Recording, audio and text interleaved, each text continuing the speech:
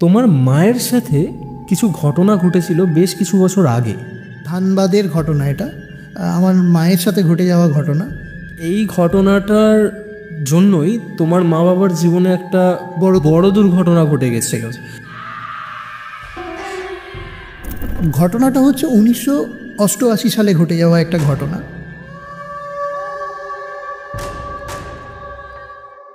আমার বাবা কাজের সূত্রে ধানবাদে থাকতো। আচ্ছা,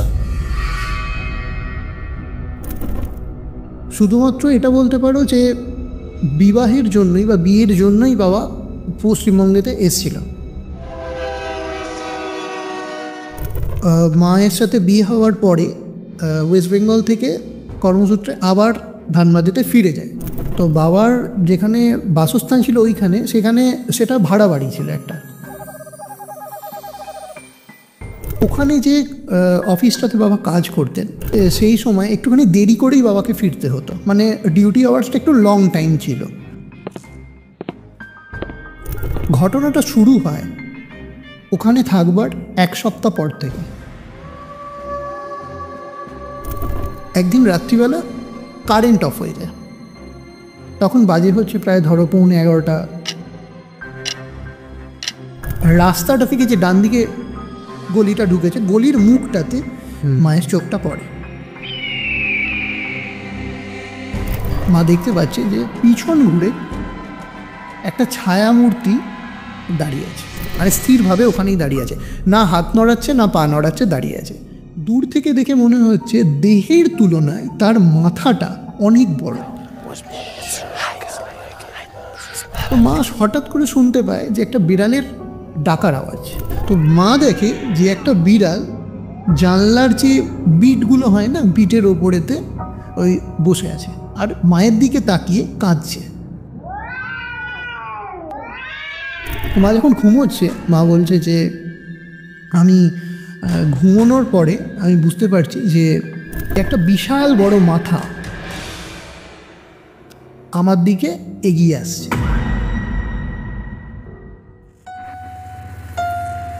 গল্পওয়ালা, the real paranormal experience. Hello everyone, welcome to Golpowala. আর গল্পওয়ালার আজকের হরর পডকাস্টে যেই ঘটনা আপনারা শুনতে চলেছেন, সেই ঘটনাটি এতটাই ভয়ানক, মর্মান্তিক এবং ক্রিপি যে আজ রাত্রে আপনাদেরকে ভয়ের ওভারডোজ ফিল করাতে চলেছে। নিজের মায়ের লাইফে ঘটে যাওয়া ভয়ানক মর্মান্তিক এক দুর্ঘটনা আজকে আমাদের সাথে শেয়ার করেছেন সোহম মিশ্র। কেন দুর্ঘটনা বললাম, আজকের এপিসোড বা ঘটনা যত সামনের দিকে এগোবে আপনারা নিজেরাই রিয়েলাইজ করতে পারবেন। আশা করি বুঝতেই পারছেন ঠিক কতটা ভয়ানক একটা এপিসোড আজ রাত্রে আপনাদের জন্য অপেক্ষা করছে। তাই আজকের এপিসোড আপনারা এই মুহূর্তে কোথা থেকে লাইভ দেখছেন কমেন্ট করে জানান, তার সাথে লাইক বাটনটাও প্রেস করুন। আর আপনারাও যদি চান আপনাদের জীবনে ঘটে যাওয়া কোনো রিয়েল লাইফ প্যারানর্মাল ইনসিডেন্ট আপনারা আমার সাথে অথবা গল্পওয়ালা পরিবারের সাথে শেয়ার করবেন, তাহলে অবশ্যই গল্পওয়ালার অফিসিয়াল ইমেল আইডি storyteller@gmail.com অথবা আমার ইনস্টাগ্রাম আইডি storyteller_অরিত্রকে ফলো করে ইনবক্সে ঘটনা লিখে পাঠাতে পারেন। এখন ঘড়িতে রাত্রি 9টা আর আমি অরিত্র থাকছি আপনাদের সাথে আরও একটা মারাত্মক হরর পডকাস্ট নিয়ে। Hello Soham. Hello, welcome to Golpowala. কেমন আছো? এই চলছে অরিত্র, তুমি কেমন আছো? ভীষণ ভালো আছি। ইনফ্যাক্ট এর আগেও আমরা তোমার সাথে একটা এপিসোড করেছি, যেটা ছিল গল্পওয়ালার হরর এক্সট্রা সিরিজের ঘোষলি কল রেকর্ডিং, এবং সেখানে তুমি বাংলাদেশের একটি ঘটনা শেয়ার করেছিলে, যে ঘটনাটা আমি যদি খুব ভুল না করি তাহলে তোমার বন্ধুর সাথে ঘটেছিল, রাইট? হ্যাঁ। তো সেদিন যখন আমরা রেকর্ড করছিলাম, রেকর্ডিং শেষ হয়ে যাওয়ার পর তুমি আমাকে বলেছিলে যে তোমার মায়ের সাথে কিছু ঘটনা ঘটেছিল বেশ কিছু বছর আগে। ধানবাদের ঘটনা এটা, আমার মায়ের সাথে ঘটে যাওয়া ঘটনা। তো আমি সেই ঘটনাটার কথাই তোমাকে জানিয়েছি। ইনফ্যাক্ট এই ঘটনাটার জন্যই তোমার মা বাবার জীবনে একটা বড় দুর্ঘটনা ঘটে গেছিল। একদম শুরু থেকে বলো কি হয়েছিল। প্রথমে শুরুতেই বলবো যে থ্যাংক ইউ, তুমি আমাকে এই প্ল্যাটফর্মটা দিয়েছো যে গল্পওয়ালার, যে আমি যেখানে নিজের সাথে ঘটে যাওয়া বা নিজের মায়ের সাথে ঘটে যাওয়া যে ঘটনাটা সেটা শেয়ার করতে পারছি। Thank you to you and Golpowala. আর সত্যি কথা বলতে প্রথম থেকেই আমি তোমার ঘটনা শুনি, এটা কোনো স্ক্রিপ্টেড ব্যাপার নয় যে আমি তোমার এখানে এসে এটা বলছি, তুমি আমাকে বলেছো বা কিছু, এটা আমি প্রথমেই দর্শক বন্ধুদের জানিয়ে দিতে চাই। সত্যি কথা বলতে তুমি যেরমভাবে হার্ডওয়ার্ক করে কাজ করো সেই থ্যাংক জিনিসটা ইউ সো মাচ। তো সবাই দেখতেই পান। তো আমি তাদেরকেই বলবো যে খুব হার্ডওয়ার্কিং মানুষ, ঠিক আছে? এটা কোনো স্ক্রিপ্টেড ব্যাপার নয় যে আমি দর্শক বন্ধুদের বলছি, ঠিক আছে? আমার সাথে এমনি পরিচয়ও অনেক দিনকার। তো তাহলে আমি গল্পটা শেয়ার করি, ঘটনাটা। একদম একদম শুরু থেকে বলো যে এই ঘটনাটা কিভাবে শুরু হলো বা এই ঘটনার কনসিকোয়েন্সেস কী কী হয়েছিল, আমি পুরোটা জানতে চাই। হ্যাঁ, আমি তোমাকে পুরোটাই আমি দর্শক বন্ধুদের সাথে আর তোমার সাথেও শেয়ার করব, গল্পওয়ালা পরিবারের সাথে। ঘটনাটা হচ্ছে 1988 সালে ঘটে যাওয়া একটা ঘটনা। এখানে প্রথমেই বলি যে আমার বাবা কাজের সূত্রে ধানবাদে থাকতো। আচ্ছা, ঠিক আছে? তো ওয়েস্ট বেঙ্গল থেকে 1986 সালে বাবা ধানবাদে চলে যায় কর্মসূত্রে। তো কর্মসূত্রে ওখানে যাওয়ার পরে বাবা যখন ওখানে গিয়েছিল তখন বাবার বয়স ধরো 24 বছর বা 25 বছর, অনেক কম বয়সেই বাবা কর্মসূত্রে বাইরে চলে যেতে হয়েছিল। পারিবারিক অবস্থাও সেরকমভাবে সচ্ছল ছিল না আর কি সেই সময় আমাদের পরিবারের আর কি। তো শুধুমাত্র এটা বলতে পারো যে বিবাহের জন্যই বা বিয়ের জন্যই বাবা পশ্চিমবঙ্গেতে এসছিল, ওয়েস্ট বেঙ্গলেতে। তো ঘটনাটা হচ্ছে 1988 সালে, যেমন বললাম। তো বাবা মায়ের সাথে বিয়ে হওয়ার পরে ওয়েস্ট বেঙ্গল থেকে কর্মসূত্রে আবার ধানবাদেতে ফিরে যায়, শুধুমাত্র বিবাহের জন্যই এখানে আসে। তো ওখানে যাওয়ার পরে মায়ের ওটা প্রথম জায়গা, মানে একটা মেয়ের তো একটা জায়গায় অ্যাডজাস্টমেন্টে সময় লাগে অনেক আর কি। তো একটা নতুন জায়গায় সেখানে গিয়ে মা অ্যাডজাস্ট করতে একটু টাইমও নিচ্ছিল। তো ওখানে যেখানে বাবা থাকতো, তো বাবার যেখানে বাসস্থান ছিল ওইখানে, সেখানে সেটা ভাড়া বাড়ি ছিল একটা। আচ্ছা, ঠিক আছে?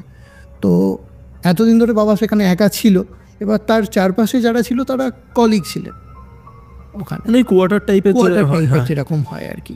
তো ওখানে বাবা যখন নতুন মাকে ওখানে নিয়ে যায় আর কি, তো তখন একটুখানি মায়ের প্রবলেম হচ্ছিল যে অ্যাডজাস্টমেন্টের ব্যাপারে, যেটা বললাম। তো যারা কলিগ ছিল আর কি বাবার, তারা তাদের যে ওয়াইফরা ছিল বা তার যে মেয়েরা ছিল, তারা একটুখানি মাকে যত্নাতি করতো, এটা সত্যি কথা একদম। তো তখন মা একটুখানি তাদের সাথে মিশতে ইতস্তত বোধ করতো, কারণ হচ্ছে ওটা একদম নতুন জায়গা। সব থেকে বড় কথা হচ্ছে আমাদের বাঙালি ভাষী নয় তারা। আচ্ছা আচ্ছা, ঠিক আছে? তো মায়ের একটু কথা বলতেও অসুবিধে হতো আর কি। তো যেহেতু এখান থেকে গেছে আর মা অতটা ওয়াকিবহাল ছিল না সেই সব ভাষার ব্যাপার। আর তুমি যেই সময়কার কথা বলছো, মানে 1988 সালে, সেই সময় মেয়েরা এতটাও বেশি অ্যাডভান্স ছিল না বা তাদেরকে হতে দেওয়া হতো না এই সমাজের তরফ থেকে। হ্যাঁ, এই সমাজের তরফ থেকে বা কিছু। দেখো, এটা একটা কন্ট্রোভার্সিয়াল ব্যাপার যে এখনকার মেয়েরা যতটা, তুমি যেটা বলতে চাইছো যে যতটা সচ্ছল এখনকার মেয়েরা অনেক খুব তাড়াতাড়ি যে কোনো জায়গায় গিয়ে অ্যাডাপ্ট করে নিতে পারে সেই সিচুয়েশনটাকে। তো যাই হোক, এবার মা ওখানে গিয়ে ওই বাড়িটাতে থাকতে শুরু করে। তো তার চারপাশে যারা ছিল তারা খুবই হেল্পফুল ছিল আর কি। তো মাকে তারা এসে বলতো যে, এখানে আমি একটা ইন্টারাপ্ট করছি যে এই ঘটনাটা পুরোটাই আমি আমার মা আর বাবার কাছ থেকে দুজনের মুখ হাঁকি শুনে এসছি আর কি। আমি ইন্টারাপ্ট করে মাঝখানে বললাম দর্শক বন্ধুদের সুবিধার জন্য। তো আবার গল্পে ফিরি। তো ওখানে গিয়ে আর কি মা বাবার সেই রকমভাবে মায়ের যে প্রবলেমটা হচ্ছিল সেটা বাবা তো আগে থেকেই ওখানে থাকতো, তো এরকম প্রবলেম ছিল না কোনো। তো বাবার ওখানে যে অফিসটাতে বাবা কাজ করতেন, তো ওই অফিসটাতে সেই সময় একটুখানি দেরি করেই বাবাকে ফিরতে হতো। মানে ডিউটি আওয়ার্সটা একটু লং টাইম ছিল, যেহেতু প্রাইভেট সেক্টর। আমরা সবাই জানি যে প্রাইভেট সেক্টরের ব্যাপার কী হয়, অনেক সময় কাজে আটকে যেতে হয় অনেকক্ষণ যাবৎ আর কি। তো আমি তোমাকে প্রথমে ওখানকার যে লোকালিটিটা সেটার বর্ণনাটা দিয়ে দিই একবার। তো লোকালিটিটার এরকমই ছিল যে সামনে একটা বড় রোড ছিল, তার পাশ থেকে একটা রাস্তা ঢুকে গেছিল, গলিটা। মানে যেই বাড়িটাতে তোমার মা বাবা থাকতেন, হ্যাঁ, তার সেই বাড়িটার বর্ণনা দিচ্ছে ওকে। তাহলে দর্শক বন্ধুদের সুবিধা হবে বুঝতে জিনিসটা, যে প্রথমে একটা মেন রোড এবং সেখান থেকে যে গলিগুলো ডান দিক দিয়ে বাঁ দিক দিয়ে ঢুকে যায় না, তো এটা ডান দিক দিয়ে একটা গলি ঢুকে গেছিলো ভেতরে। তো তার চারপাশে গলিটার ডান দিকে বাঁ দিকে বাড়ি ছিল, ছোট ছোট বাড়ি আর কি, কোয়ার্টার টাইপেরই তুমি বলতে পারো, ঠিক আছে, একতলা বাড়িগুলোই ওরকম ছিল। তো ওই রকমই গলি দিয়ে একটুখানি ঢুকে 2-3টে বাড়ির পর বা 4টে বাড়ির পরে মায়েদের ঘরটা ছিল, বাড়িটা ছিল আর কি। তো ওখানে বাবা ভাড়াই থাকতো আর কি ওখানে। তো এবার তার চারপাশে যারা থাকতেন তাদের বাড়ি ছিল আর কি, এই বাড়িটা ভাড়া ছিল, ঠিক আছে। তো ওখানে বাবা মা নিচে একাই থাকতো, মানে একটাই ঘর ছিল, যেহেতু তারা ওখানকারই রেসিডেন্সিয়াল, সেই জন্য তারা আর কি হেল্প করতো এইসব ব্যাপারে। তো মাকে তারা বলেছিল যে তোমার যদি কোনো প্রবলেম হয় তো তুমি আমাকে ডাকবে, আমাদের ডাকবে। তো মা একটুখানি ভয়ই পেতো, কারণ হচ্ছে একদম নতুন জায়গা। তো যাই হোক, প্রথম যখন মায়েরা ওখানে যায় তো মায়ের সেরকম ভয় বা কিছু পাওয়া বা কিছু এরকম ব্যাপার ফিল হয়নি। কারণ দেখো, প্রথমে গিয়েই তো আমরা প্রথম জায়গাতে ভাবি না যে আমরা এখানে ভয় পেতে এসেছি বা আমরা এখানে ভূত আছে বা কোনো স্পিরিট আছে বা কিছু এরকম আত্মা আছে, এরকম ভাবি না। তো প্রথম নর্মালি ছিল ব্যাপারটা, সেরকমভাবে কোনো প্রবলেম হয়নি। ঘটনাটা শুরু হয় ওখানে থাকবার 1 সপ্তাহ পর থেকে। আচ্ছা, ঠিক আছে, 1 সপ্তাহ বা 8-9 দিন পর থেকে আর কি, 1 সপ্তাহ পরে আর কি এরকম। তো সেই সময় অত ইনভার্টার, জেনারেটর বা ওরকম জেনারেটর লাইন বা এরকম তো অতটা ইমপ্রুভমেন্ট ছিল না। তো মা একদিন বাড়িতে রাত্রিবেলা একাই ছিল। আমি যেমন তোমাকে প্রথমেই বললাম যে বাবার তো অফিস থেকে ফিরতে দেরি হতো, আর তো বাবা দেরি করে ফিরতো রাত্রিবেলা। তো প্রতিবেশীরা যতই তোমাকে বলুক যে তুমি কোনো প্রবলেম হলে ডাকবে, কিন্তু এটা আমরা সবাই জানি যে বাড়িতে যখন কোনো মানুষ একা থাকে সঙ্গে করে ডাকাটা ওরমভাবে সম্ভব নয়। আর এটা তো 1988-এর ঘটনা, মানে তুমি বুঝতেই পারছো তখন মোবাইল ফোনের ওরকমও প্রচলন ছিল না যদি আমি খুব হই তো।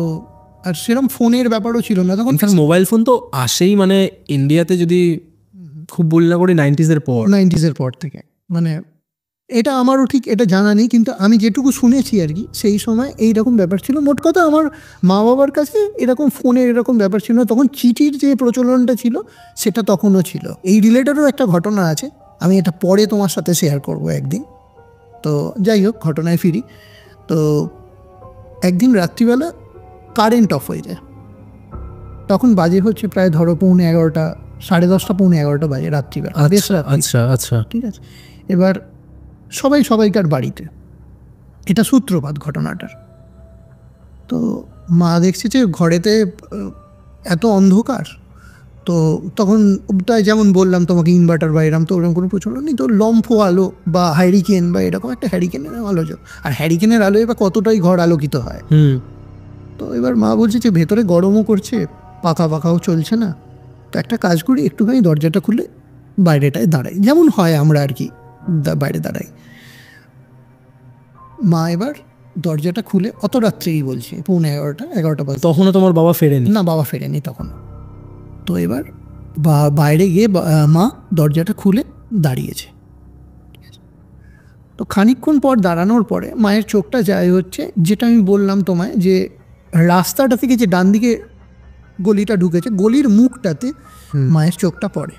এবার আমি তোমাকে যেমন প্রথমেই বললাম যে কারেন্ট চলে গেছে, তখন একটু আলো আধারির একটা ব্যাপার ছিল, তখন অত রাত হয়ে গেছে, একটু হালকা হাওয়া দিচ্ছে, বাইরেটা গিয়ে দাঁড়িয়েছে দরজার কাছটাতে। এবার মায়ের চোখটা তখন যায় হচ্ছে গলির মুখে। এবার গলির মুখে চোখটা যাওয়ার পরে মা দেখছে, হালকা বুঝতে পারছে বাইরে থেকে কিছু আলো, ডুমের আলো এরম পড়াতে মা দেখতে পাচ্ছে যে পিছন ঘুরে একটা ছায়ামূর্তি দাঁড়িয়ে আছে। ছায়ামূর্তি দাঁড়িয়ে আছে ওই গলির মুখটাতে। আচ্ছা। রাস্তা পুরো ফাঁকা, আর কোনো একটা দুটো হয়তো মাঝে মাঝে গাড়ি ক্রস করছে সেটা বুঝতে পারছি, কিন্তু ছায়ামূর্তিটা স্টিল দাঁড়িয়ে আছে ওখানে, মানে স্থিরভাবে ওখানেই দাঁড়িয়ে আছে, না হাত নড়াচ্ছে না পা নড়াচ্ছে, দাঁড়িয়ে আছে। আর একটা জিনিস আলো আধারিতে মা লক্ষ্য করে যে দূর থেকে দেখে মনে হচ্ছে দেহের তুলনায় তার মাথাটা অনেক বড়। হ্যাঁ, দেহের তুলনায় মাথাটা অনেক বড় তার।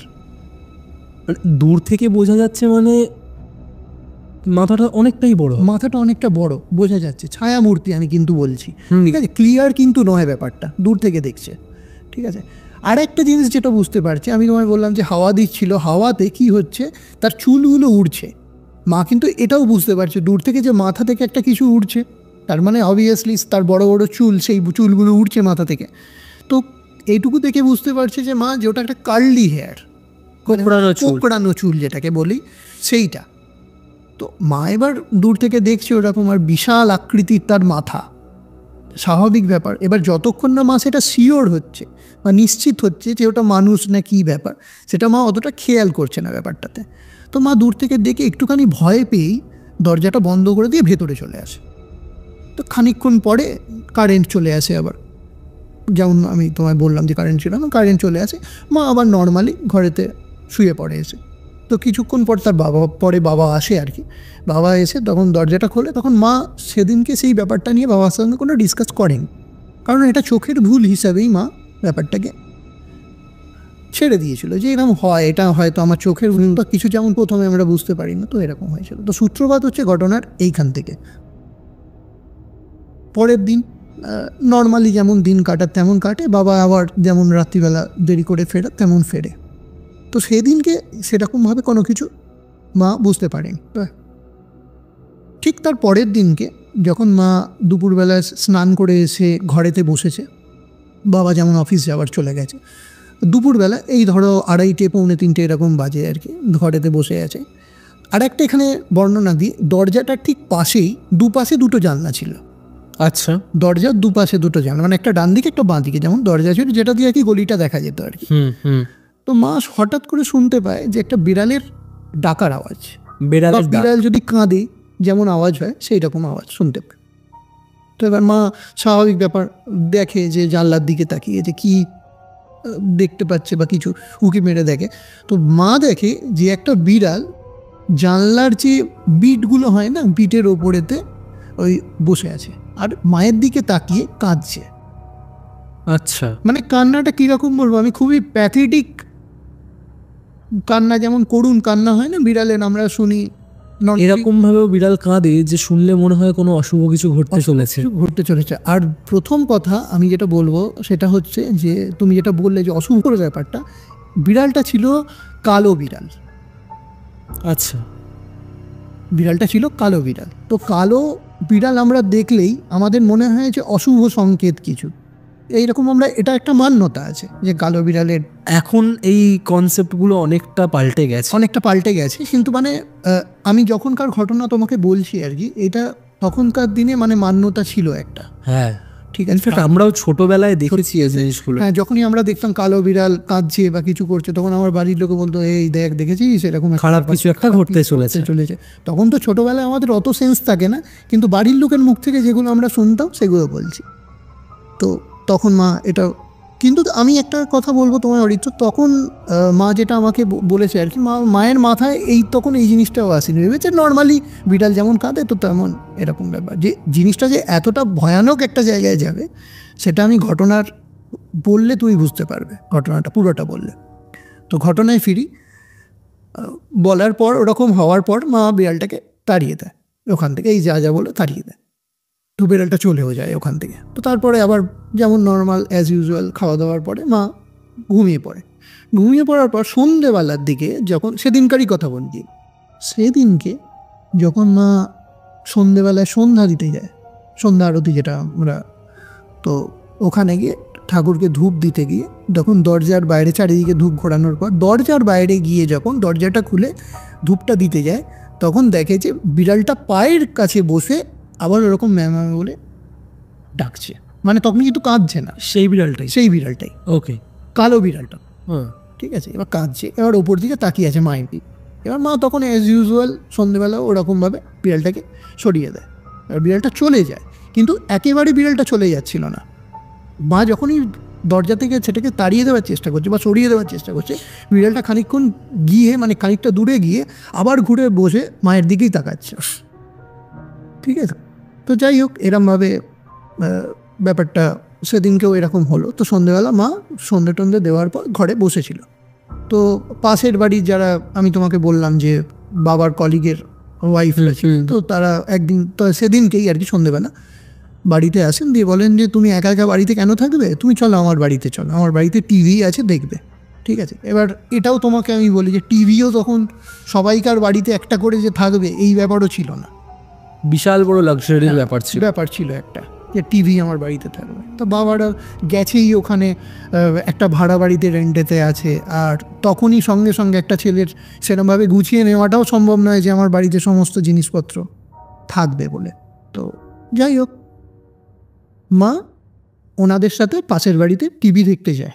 তো ওখানে বিভিন্ন রকম সিরিয়াল টিরিয়াল দেখার পর, তাদের সঙ্গে গল্প করার পর বা কিছু, এখানে আর একটা কথা বলি, মা কিন্তু তখনও তাদেরকে এই কথাগুলো বলেনি যে আমি এরকম একটা জিনিস দেখতে পেয়েছি, বাবাকেও বলেনি বা এইরকম হয়েছে। কারণ তোমার মা তখনও শিওর নয় ব্যাপারটা নিয়ে। ব্যাপারটা শিওর নয়, কারণ দেখো অন্ধকারের মধ্যে কী দেখেছে সেটা তো চোখের ভুল আমাদেরও হতে পারে, ঠিক আছে, কিন্তু জিনিসটা যে এত বড়, মানে এত বড় জায়গায় যাবে সেটা তো মা কেউই ভাববে না, মা কেন। তো তখনও রাত্রিবেলা মা আবার বাড়িতে চলে আসে, সন্ধ্যেবেলা বলছে, রাত্রিবেলা টিভি দেখার পর এবার ডিনার টাইম হয়েছে। এবার বাবার তো তোমাকে বললামই দেরিই হতো, 11টা তো তুমি ধরেই রাখো। এবার ওই জায়গাটাও সবাইকার বাড়িতে ঢুকে যেত, আর সেই সময়টাও একটা ফ্যাক্টর ছিল তখন। তো মোটামুটি ফাঁকাই হয়ে গেছে জায়গা। তো মা আবার এসে ডিনার করে শুয়ে পড়েছে, একটু শুয়েছে আর চোখ লেগে গেছে। তো ঘটনাটা সূত্রপাত এখানেই, এবার আরও ঘোরতর জায়গায় যেটা যায়। তো মা ঘুমিয়ে আছে, চোখটা লেগে গেছে, বাজে তাও ধরো 12টা 12:30, মানে অ্যাকর্ডিং টু মা যখন ঘুম থেকে ওঠে তখন বুঝতে পারে আর কি জিনিসটা। তো মা যখন ঘুমোচ্ছে, মা বলছে যে আমি ঘুমোনোর পরে আমি বুঝতে পারছি যে ঘুমোতে আমি স্বপ্নে দেখছি যে একটা বিশাল বড় মাথা আমার দিকে এগিয়ে আসছে। এটা স্বপ্নে দেখছি বিশাল বড় মাথা আমার দিকে এগিয়ে আসছে, আর তার চুলগুলো কোঁকড়ানো। আচ্ছা, যে জিনিসটা মা অ্যাজিউম করেছিল বা দেখেছিল ওই ছায়ামূর্তিটাকে গলির মুখে দাঁড়িয়ে থাকতে, ঠিক আছে, কিন্তু মা তখনও অতটা শিওর নয়। দেখো স্বপ্নেতেও আমরা মানে সাবকনসিয়াস মাইন্ডে অনেক কিছুই ভাবি বা অনেক কিছুই হয় এরকম। তো মা এটা দেখছে। এবার প্রথমত এটাও মনে হতে পারে যে আমি হয়তো জিনিসটা নিয়ে এত বেশি ভাবছি বলে এটা, সেই কারণে স্বপ্ন দেখছি। তো মা স্বপ্নে ওই জিনিসটা দেখছে যে আস্তে আস্তে এত বড় একটা মাথা, বিশাল বড় একটা মাথা, কোঁকড়ানো চুল আমার দিকে এগিয়ে আসছে মুখটা নিয়ে। কিন্তু তার মুখটা আমি দেখতে পাচ্ছি না, যেটা মা আমাকে বলছে যে আমি মুখটা কিন্তু তার দেখতে পাচ্ছি না, শুধু দেখছি একটা বড় মাথা আমার দিকে এগিয়ে আসছে, ঠিক আছে, শুধু এইটুকু, বা গলা টিপতে যাচ্ছে বা কিছু এইরকম কিন্তু কোনো ব্যাপার না, শুধু এগিয়ে আসছে আমার সামনে দিয়ে। তো মা কী করেছে, হঠাৎ করে মায়ের ঘুমটা ভেঙে গেছে। আচ্ছা, এই স্বপ্নটা দেখে যখন মা চোখটা খুলেছে তখন দেখছে 12:30 বাজে রাত্রিবেলা, ঠিক আছে। তো মা উঠে, যেহেতু ঘুমটা ভেঙে গেছে, তারপর আর ঘুম আসছে না, তো বাবা 1টা নাগাদ চলে এসছে বাড়ি, পৌনে একটা এরম নাগাদ বাবা চলে এসছে।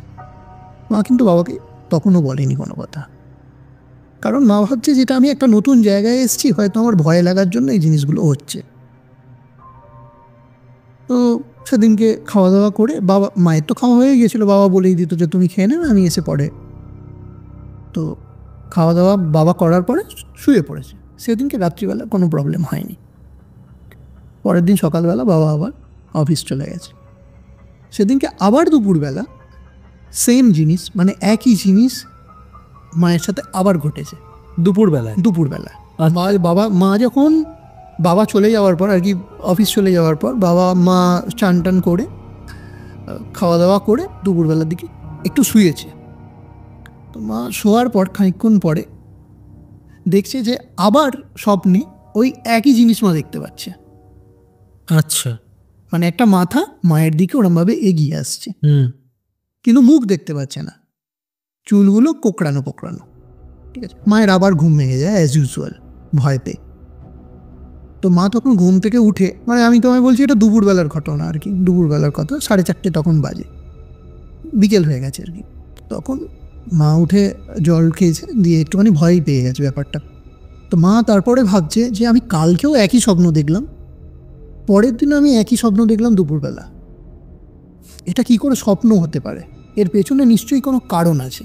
সেই তখন দ্বিতীয়বার দেখার পরে মায়ের মনে এই প্রশ্নটা জেগেছে। তা নাহলে আমরা একটা স্বপ্ন একবার দেখলাম, তার পরের দিন আর দেখার কোনো হয় না, ঠিক আছে, এরকম হয় না আর কি ন্যাচারালি। স্বাভাবিকভাবে হয় না, কিন্তু এবার এরকম দেখার পরে মায়ের মনে একটা প্রশ্ন জেগেছে, কিন্তু মা কিন্তু এটা কাউকে শেয়ার করেনি তখনও, যতক্ষণ না নিজে শিওর হচ্ছে ব্যাপারটাতে, নিশ্চিত হচ্ছে।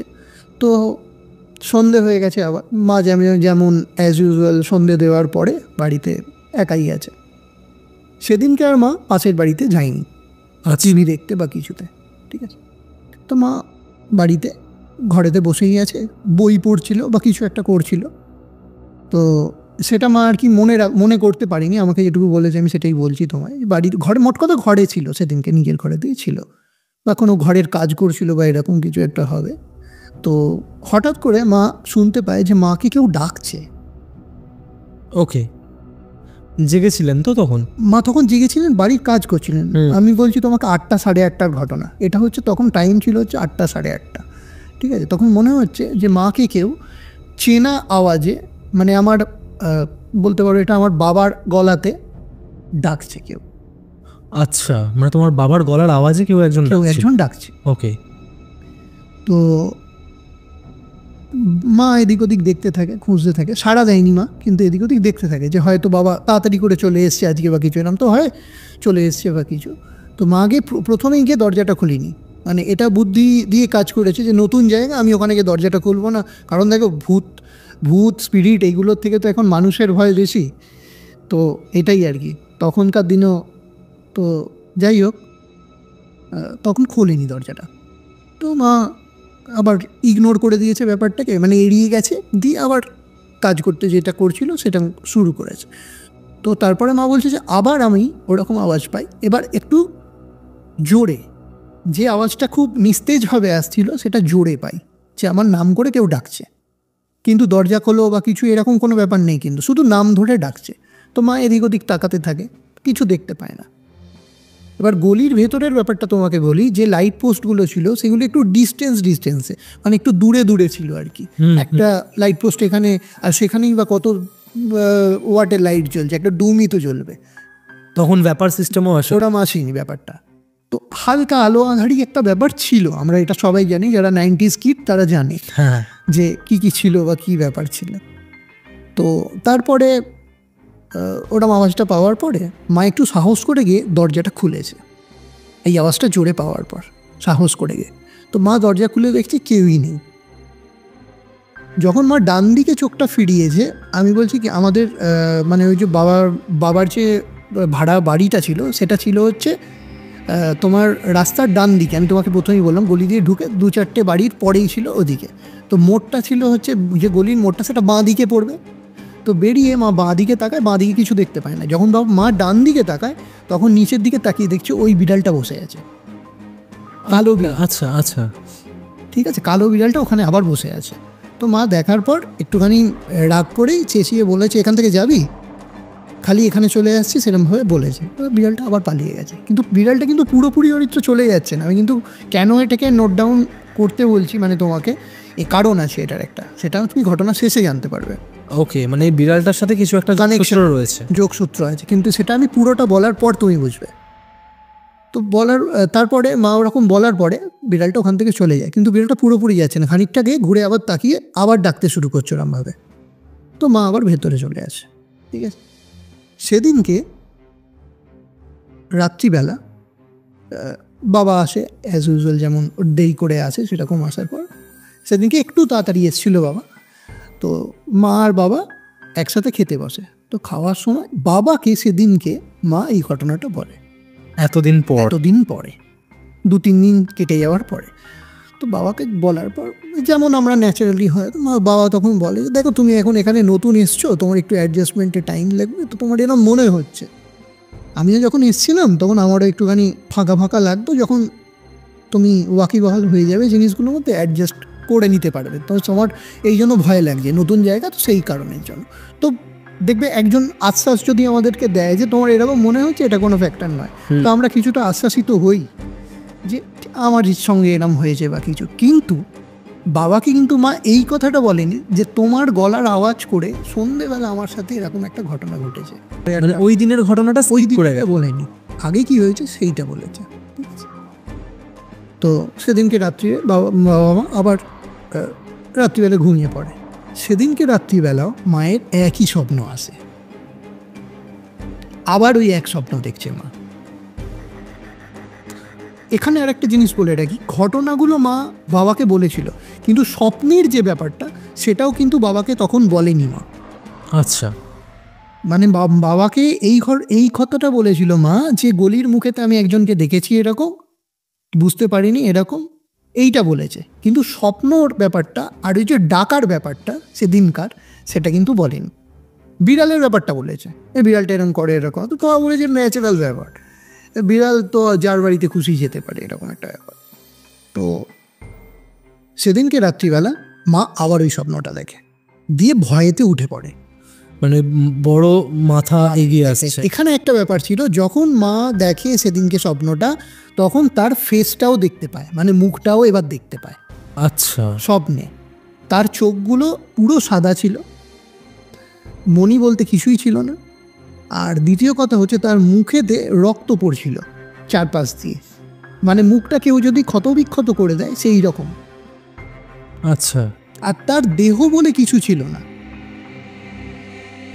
মানে এটা ঠিক বুঝলাম না। দেহ বলে কিছু ছিল না বলতে, স্বপ্নেতে যেটুকু মা দেখে, যে একটা মাথা দূর থেকে, বড় মাথা তার দিকে এগিয়ে আসছে, সামনে মুখের সামনে দূর থেকে এগিয়ে আসছে। যেটা আমি তোমাকে বলেছিলাম যে প্রথমে দেখছিল স্বপ্নেতে শুধু মাথাটাই দেখতে পাচ্ছে, মুখ দেখতে পাচ্ছিল না। এখানে দেখছে দূর থেকে এগিয়ে আসছে মাথাটা, কিন্তু তার শরীর বলে কিছু নেই, শুধু কাটা একটা মাথা। আচ্ছা, মুখটা তার ক্ষতবিক্ষত, আগে তো মুখটাও দেখা যাচ্ছিল না, এবার মা দেখতে পাচ্ছে যে তার মুখটাও ক্ষতবিক্ষত, চোখগুলো সাদা, রক্ত পড়ছে মুখ দিয়ে, চারপাশ দিয়ে চুলগুলো কোকড়ানো কোকড়ানো, আর মাথাটা বিশাল বড়। তো ওইটা দেখে প্রচণ্ড মা ভয় পেয়ে যায়, আর চেঁচিয়ে উঠে পড়ে ঘুম থেকে রাত্রিবেলা। এরকম একটা স্বপ্ন দেখার পর স্বাভাবিকভাবেই কেউ ঘুমিয়ে থাকতে পারবে না। ঠিক আছে, তার আগেও কিন্তু ঘটনা দেখেছে স্বপ্নটা, কিন্তু অতটা ভয় পায়নি, কারণ এবার সে তার মুখটা দেখতে পেয়েছে। এত বিভীষিকাময় একটা মুখ সে দেখতে পায়, সেটাকে এবার উঠে পড়ে মা চেঁচিয়ে। এবার তখন বাবাও ভয় পেয়ে গেছে যে হঠাৎ কী হলো এরকম ব্যাপার, পাশের মানুষ তো স্বাভাবিক উঠে পড়বে। এবার উঠে তখন মাকে জল খাওয়ায়, দিয়ে বলে কী হয়েছে। তখন মা বলে যে জানো তো, আমি একটা স্বপ্ন অনেক দিন ধরে দেখছি। তো বাবা বলে কী স্বপ্ন দেখছো? তো মা বলে যে আমি একটা বড় মাথা অনেক দিন ধরে দেখছি, সেটা আমার দিকে এগিয়ে আসছে।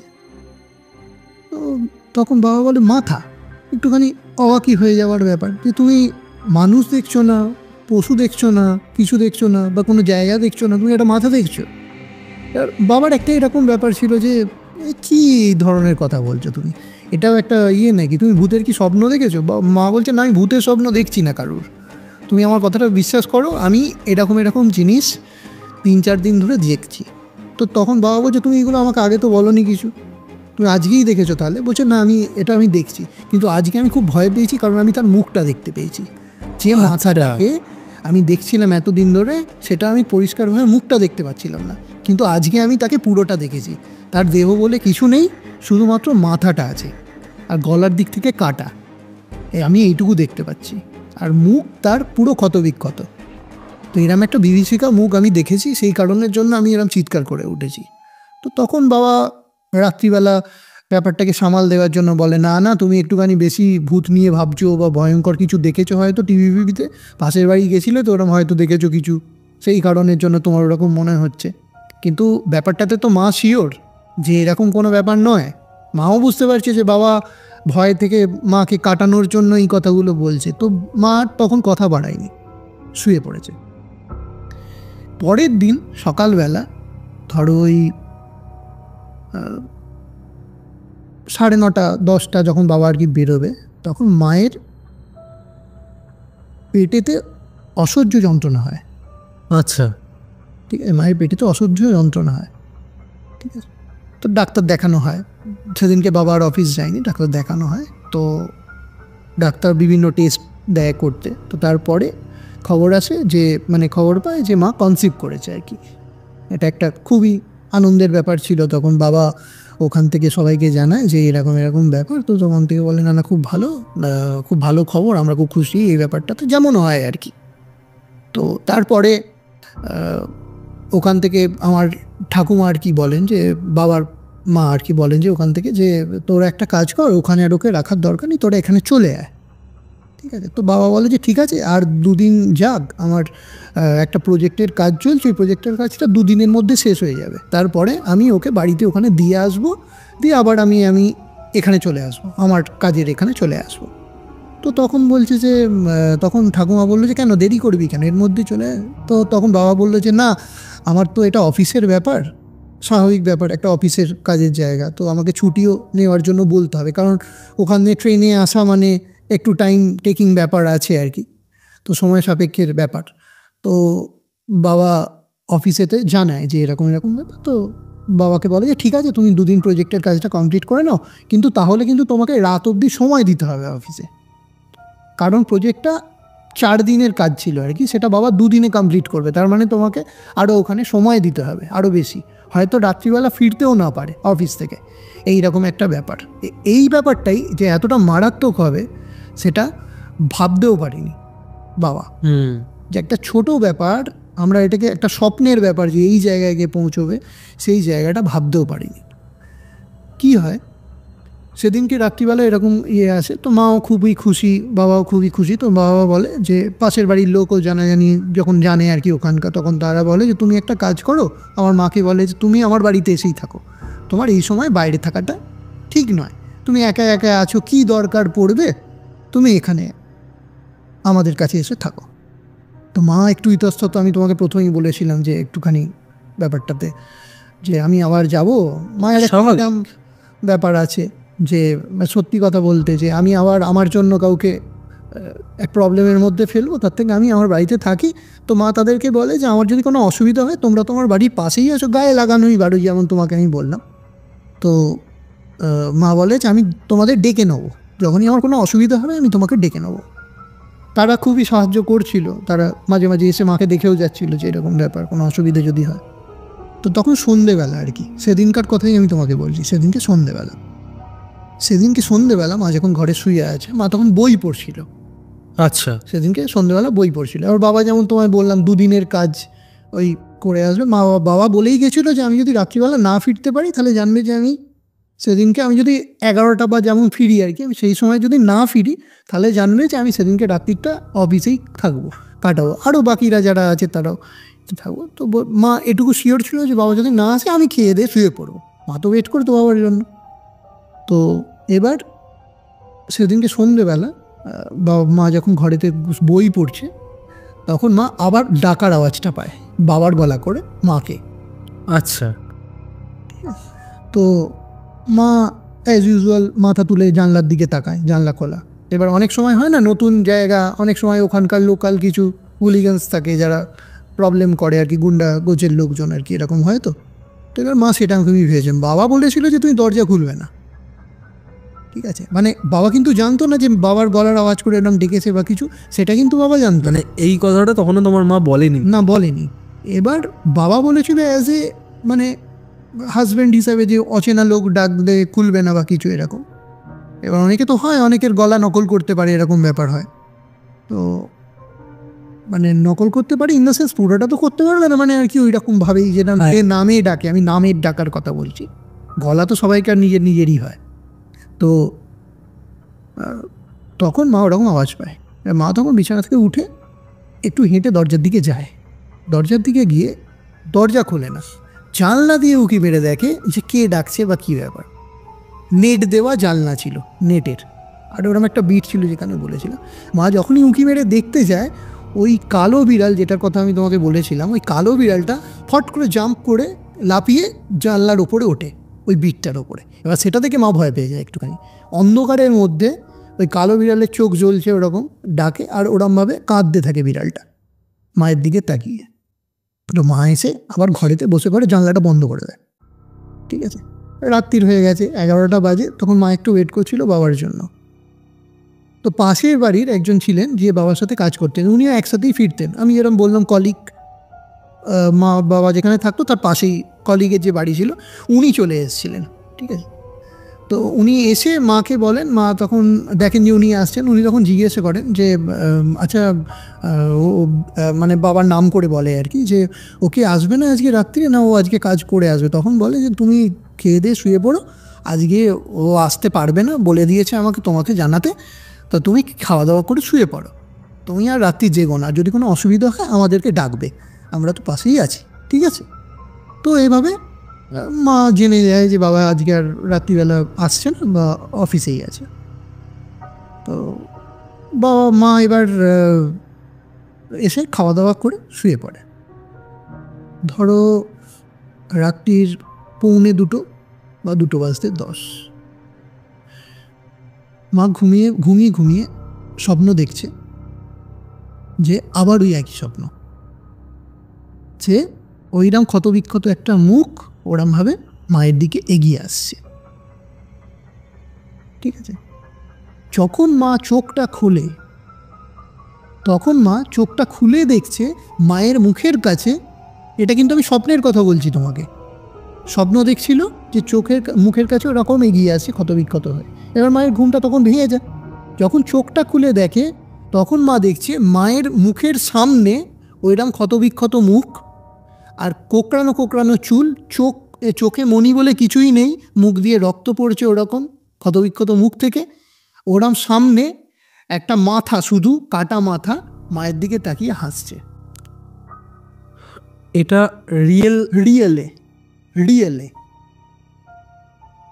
রিয়েলে দেখতে পাচ্ছে, যেটা স্বপ্নে মা দেখছিল। চোখ খোলার পর ঘুম ভেঙে যায়, মানে ভয় পেয়ে ঘুমটা ভেঙে যায়, দিয়ে চোখটা খুলেছে যখন, তখন রিয়েলে দেখছে মা যে চোখের সামনে ওরকম মাথাটা, আর মায়ের দিকে তাকিয়ে হাসছে এবার, আর চোখে মণি বলে কিচ্ছু নেই, একদম মায়ের চোখের সামনে, মুখের সামনে চলে এসছে, আর কোকড়ানো কোকড়ানো চুল তার, আর বডি নেই, মানে দেহ বলে কিছু নেই, শুধু মাথাটা দেখতে পাচ্ছে, আর গলার এখান থেকে কাটা। মা ওই জিনিসটা দেখে চেঁচিয়ে খাট থেকে নেমে ওই রকম অবস্থাতেই দরজা খুলে পাশের বাড়িতে বলতে যায়। দরজা খুলে যখনই বেরোতে যায়, ওইখানেতে কিছুতে লেগে মা পড়ে যায়। আচ্ছা, যে থেকে ওই সামনেটাতেই পড়ে যায়, আর প্রচণ্ড জোরে পেন হতে থাকে পেটেতে, ফেটে লাগে, আর জোরে চিৎকার করে ওঠে। ওই চিৎকারটা শুনে পাশের বাড়ির সব লোকজন বেরিয়ে আসে, এবার মাকে এরকম অবস্থাতে পায়। মায়ের মাথাও ফেটে গেছিলো, মানে কপালের দিকটাও ফেটে গেছিলো পড়ে গিয়ে। আর ঘরে ঢুকে যখন দেখে, তখন তারা কিছুই দেখতে পায়নি, যে ঘরে তারা মনে করেছে যে ঘরে হয়তো কেউ ঢুকে পড়েছে বা কিছু, সেই কারণের জন্য তখন ঘরে খুঁজে দেখে যে কিচ্ছু নেই, কোনো কিছুই নেই। এটা রাত্রি 2টোর সময় হয় সেদিনকে। সঙ্গে সঙ্গে পেটেতে ওরকম পেন হওয়ার জন্য মাকে নিয়ে হসপিটালে যাওয়া হয়, ওরাই নিয়ে যায়, বাবাকে খবর দেয়, বাবা ওখান থেকে হসপিটালে যায়। হসপিটালে যাওয়ার পর একটুখানি স্থিতিশীল হয় পরিস্থিতি, ঠিক আছে? পেটে যে বাচ্চাটার যে আছে, চেক আপ ওইগুলো করা হয়, তাতে কোনো ঠিকঠাকই জিনিস থাকে যে বাচ্চাটার কোনো ক্ষতি হয়নি, ঠিক আছে? কিন্তু তারপরে যখন মা 2 দিন পরে বাড়িতে আসে, মানে ওই বাড়িতেই আসে, মায়ের মধ্যে কিছু অ্যাক্টিভিটি লক্ষ্য করা যায়। তোমার মায়ের মধ্যে? আমার মায়ের মধ্যে আচ্ছা, কিছু অ্যাক্টিভিটি লক্ষ্য করা যায়, যেগুলো বাবা নোটিস করেছিল। যেমন মাকে যদি কোনো কথা বলা হতো, মা তখন কথাটা শুনেই যেত, একটাই দিকে তাকিয়ে থাকতো, বা মানে বাবাকে দেখে মনে করতো যে অচেনা কোনো মানুষ, এরকম একটা ব্যাপার, এরকম একটা অ্যাক্টিভিটি এরকম লক্ষ্য করা যেত। মানে আনন্যাচারাল ব্যাপার যেগুলো মায়ের মধ্যে ছিল না, অস্বাভাবিক কিছু জিনিস লক্ষ্য করা যেত। যেমন তুমি কোনো কথা বলছো মাকে, মা একদিকে তাকিয়েই বসে আছে, তোমার কোনো প্রশ্নের উত্তরই দিচ্ছে না, যেটা মায়ের চরিত্রের বা ক্যারেক্টারের সাথে কোনো ম্যাচই করে না। মা যে ধরনের মানুষ, সবাইকার সাথে হেসে গেলে কথা বলা বা সবাইকে আপন করে নিয়ে থাকা, মানিয়ে নিয়ে থাকা, এই ব্যাপারটা মায়ের মধ্যে তখন ছিল না। তখন মা একাই থাকতে ভালোবাসতো। আচ্ছা, তো তখন মানুষ বলে যে, মানে সবাই বলে থাকে যে মুড সুইং হয় এই সময়, অনেক সময় মুড সুইং হয়, এরকম যখন কোনো মেয়েরা কনসিভ করে বা কিছু, এরকম মুড সুইং হয়, এগুলো শোনার কথা ছিল। তো তখন তাই ভাবে, তখন বাবা ঠাকুমাকে এই কথাগুলো জানায় যে এরকম হয়েছে। আর মায়ের মুখ থেকেও যেগুলো শুনেছিল, মা কিন্তু এই কথাগুলো বলেছিল। যখন পাড়া প্রতিবেশী এসে যখন মা একটু ঠিক হয়, সেদিনকে তো সেই পরিস্থিতি ছিল না। পরে যখন জিজ্ঞাসা করা হয়, তখন মা বলে যে এরম আমি জিনিস দেখেছিলাম, এরম হয়েছে। তো পাড়া প্রতিবেশী কী করে, তারা একে অপরের মুখের দিকে তাকাতে থাকে। আচ্ছা, ঠিক আছে? এখানে একটা নোটিসেবল ব্যাপার আছে কিন্তু, যে তারা একে অপরের দিকে তাকাতে থাকে। বাবা যখন বলে যে জানো এরকম এরকম বলছে, বাবাকেও মা কথাটা বলে হসপিটালে যে এরম এরম হয়েছে বা কিছু। যখন এই ঘটনাটা যেটা আমি তোমায় বলছি সেটা হসপিটালেতেই মাকে জিজ্ঞেস করে বাবা সবার সামনে যে কী হয়েছিল, তুমি এরকম হঠাৎ করে দৌড়ে কেন বেরোতে গেলে রাত্রিবেলা, তোমাকে কেউ কিছু ভেতরে ঢুকে গেছিলো বা তোমাকে কেউ কিছু করেছে বা কিছু বলতে এসছে বা কিছু এরম বলেছে? তো তখন মা বলছে না আমি এরম এরম জিনিস দেখেছিলাম। হসপিটাল থেকে আসার পরেই মায়ের মধ্যে এরম আনন্যাচারাল ব্যাপারগুলো দেখা দিতে থাকে। এটা মাঝখানে আমি কেন বললাম, কারণ এর সাথে অনেক কানেকশান আছে। তো পাড়া প্রতিবেশীরা একে অপরের দিকে দেখতে থাকে। তখন বাবা বলে যে বাবা তখন ব্যাপারটাতে করে না, কারণ মায়ের শরীর এমনি খারাপ ছিল তখন। বাবার এটাতে একটা খুশি ছিল যে বাচ্চাটার কিছু হয়নি।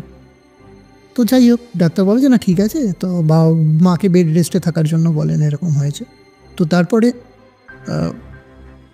ওখান থেকে ঠাকুমা বাবাকে বলে যে তুই আর ওকে ওখানে রাখিস না, তুই ওকে এখানে নিয়ে চলে আয়, কারণ ওখানে আর আমি এই অবস্থাতে ওকে রাখতে পারবো না, এরকম এরকম হচ্ছে, যাই হোক না কেন এরকম করছে, কী ব্যাপার, ভালো জিনিস নয়, এটা তো আমার স্বাভাবিক মনে হচ্ছে না। কারণ জানো যে আমাদের আগেকার যারা মানুষ আছেন তারা এই সব জিনিসগুলো একটুখানি মানতেন। হ্যাঁ হ্যাঁ, আমরা এখনও আমাদের দাদু ঠাকুমা যারা আছেন তাদের মুখে তো আমরা অনেক ঘটনা শুনে থাকি যে তারা মানতেন আর সেগুলো ছিল, এক্সিস্টও করতো। তো মাকে ওখানে নিয়ে চলে যাওয়া হয়, মানে আমাদের এই চুচুড়াতে নিয়ে চলে আসা হয়, আমাদের বাড়ি চুচুড়াতে নিয়ে চলে আসা হয়।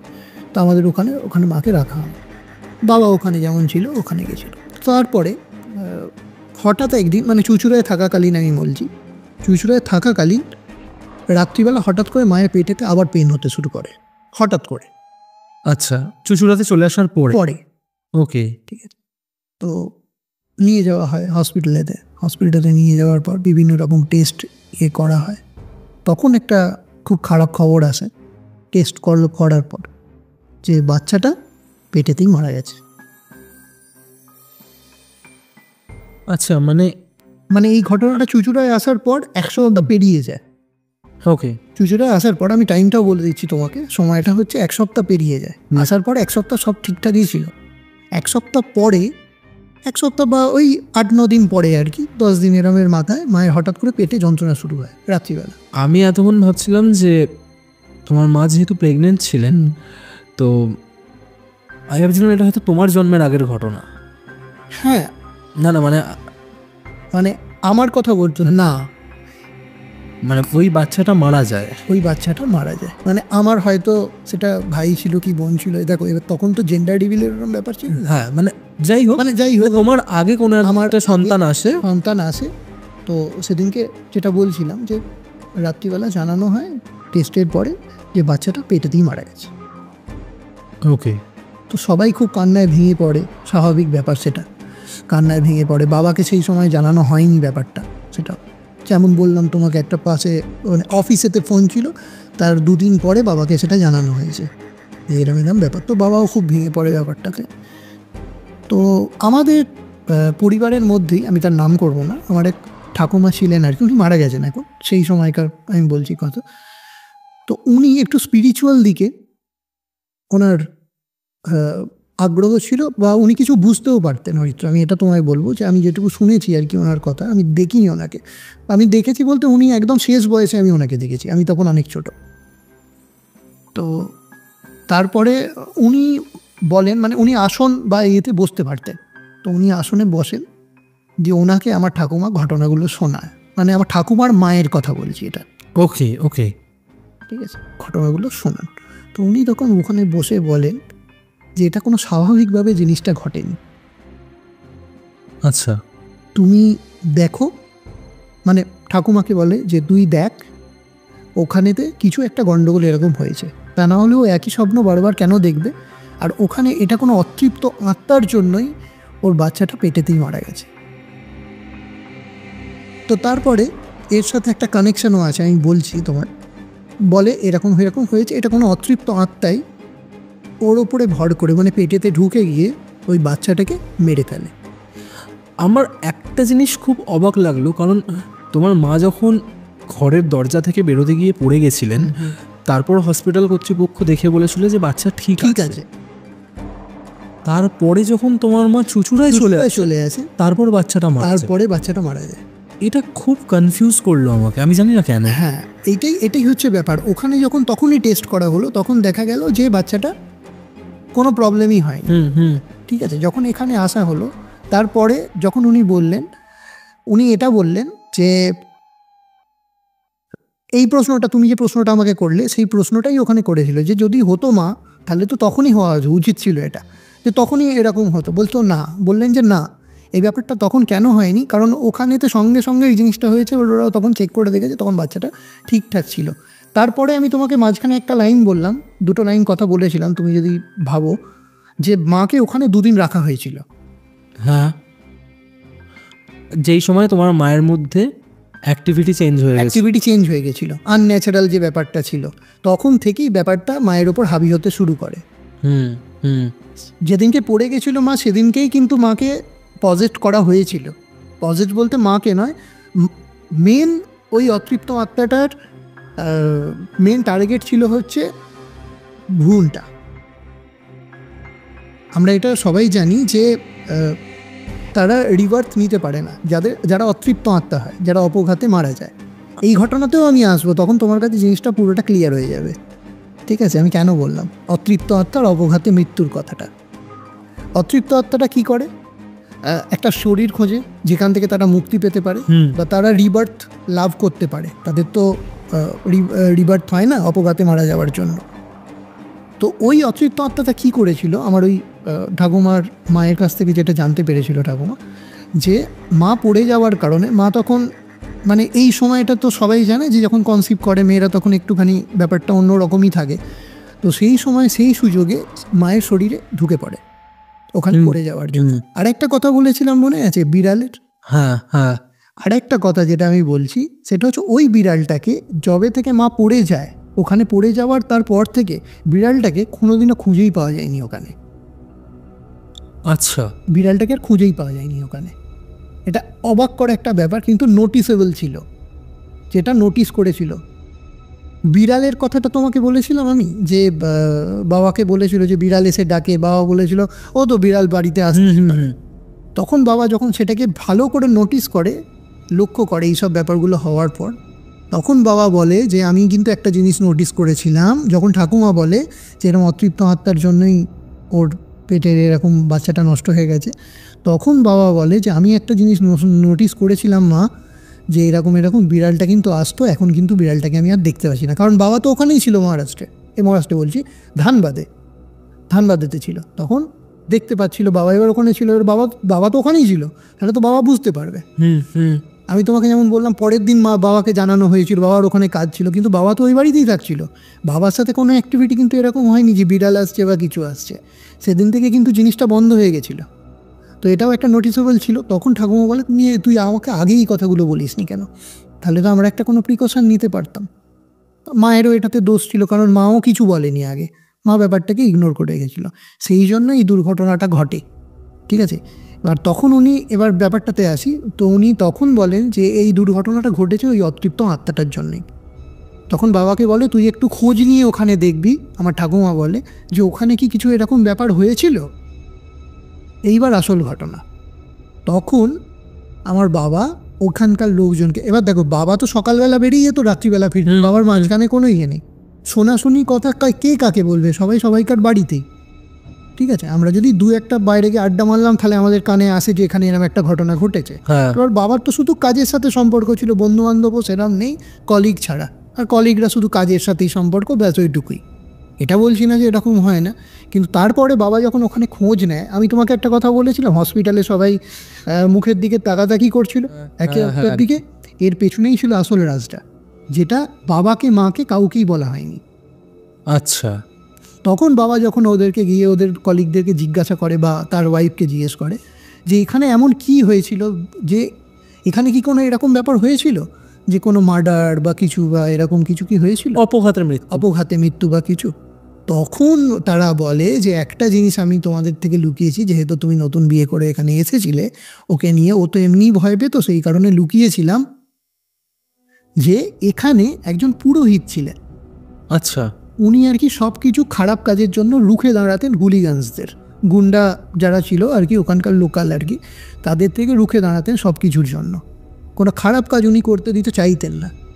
কিন্তু একদিন রাত্রিবেলা 1:45 বা 2 এরকম নাগাদ উনি রাত্রিবেলা পুরোহিত মশাই ফিরছিলেন, ঠিক গলির ওই মুখ থেকে, ঠিক যেখানে বাবাদের বাড়িটা ঘরটা ছিল, ঠিক তার সামনে চৌকাটে যে জায়গাটাতে মা পড়ে গেছিলো, ওই জায়গাটাতে তার মাথাটাকে কেটে হুলিগানসরা ফেলে দিয়ে গেছিল। কি বলছো? হ্যাঁ, ধানবাদের ঘটনা? ধানবাদের ঘটনা। ওখানে হতো আগে এরকম জিনিসপত্র। হ্যাঁ, ঠিক আছে।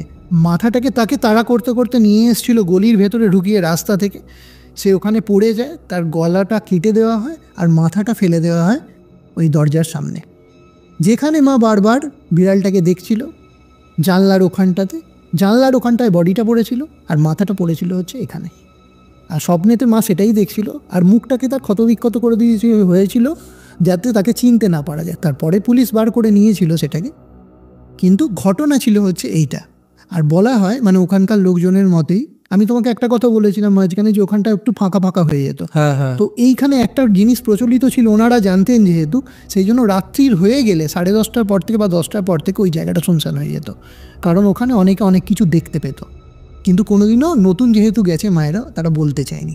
ইভেন মাও যখন বলেছে হসপিটালে গিয়ে, তখন তারা একে অপরের দিকে তাকাতাকি করেছে, কিন্তু বলেনি।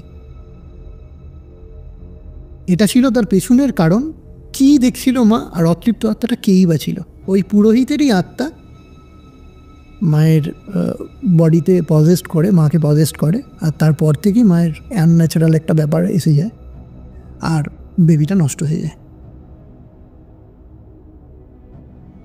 মানে তোমার বাবা আর মায়ের নতুন বিয়ে হলো, ধানবাদে গেল, যেহেতু তোমার বাবার কর্মসূত্রে সেখানে তোমার বাবা থাকতেন, ধানবাদে গেল, তারপর তোমার মা কনসিভ করলো, কিন্তু তার আগে থেকে ঘটনাটা ঘটছিল।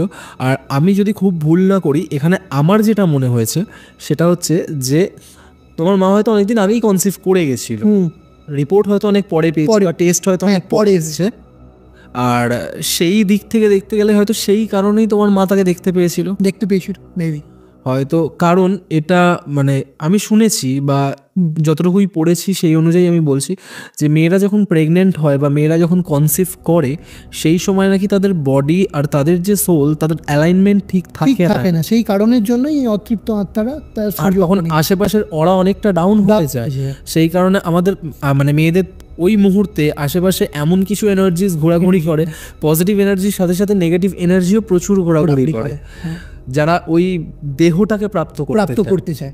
এখানেও সেই ব্যাপারটাই হয়েছে, সেগুলো যেহেতু বাবা মা বা যারা চারপাশের লোকজন হবে তারা স্পিরিচুয়ালি কানেক্টেড ছিল না, তারা ওই জিনিসগুলো নিয়ে চর্চা করতেন না।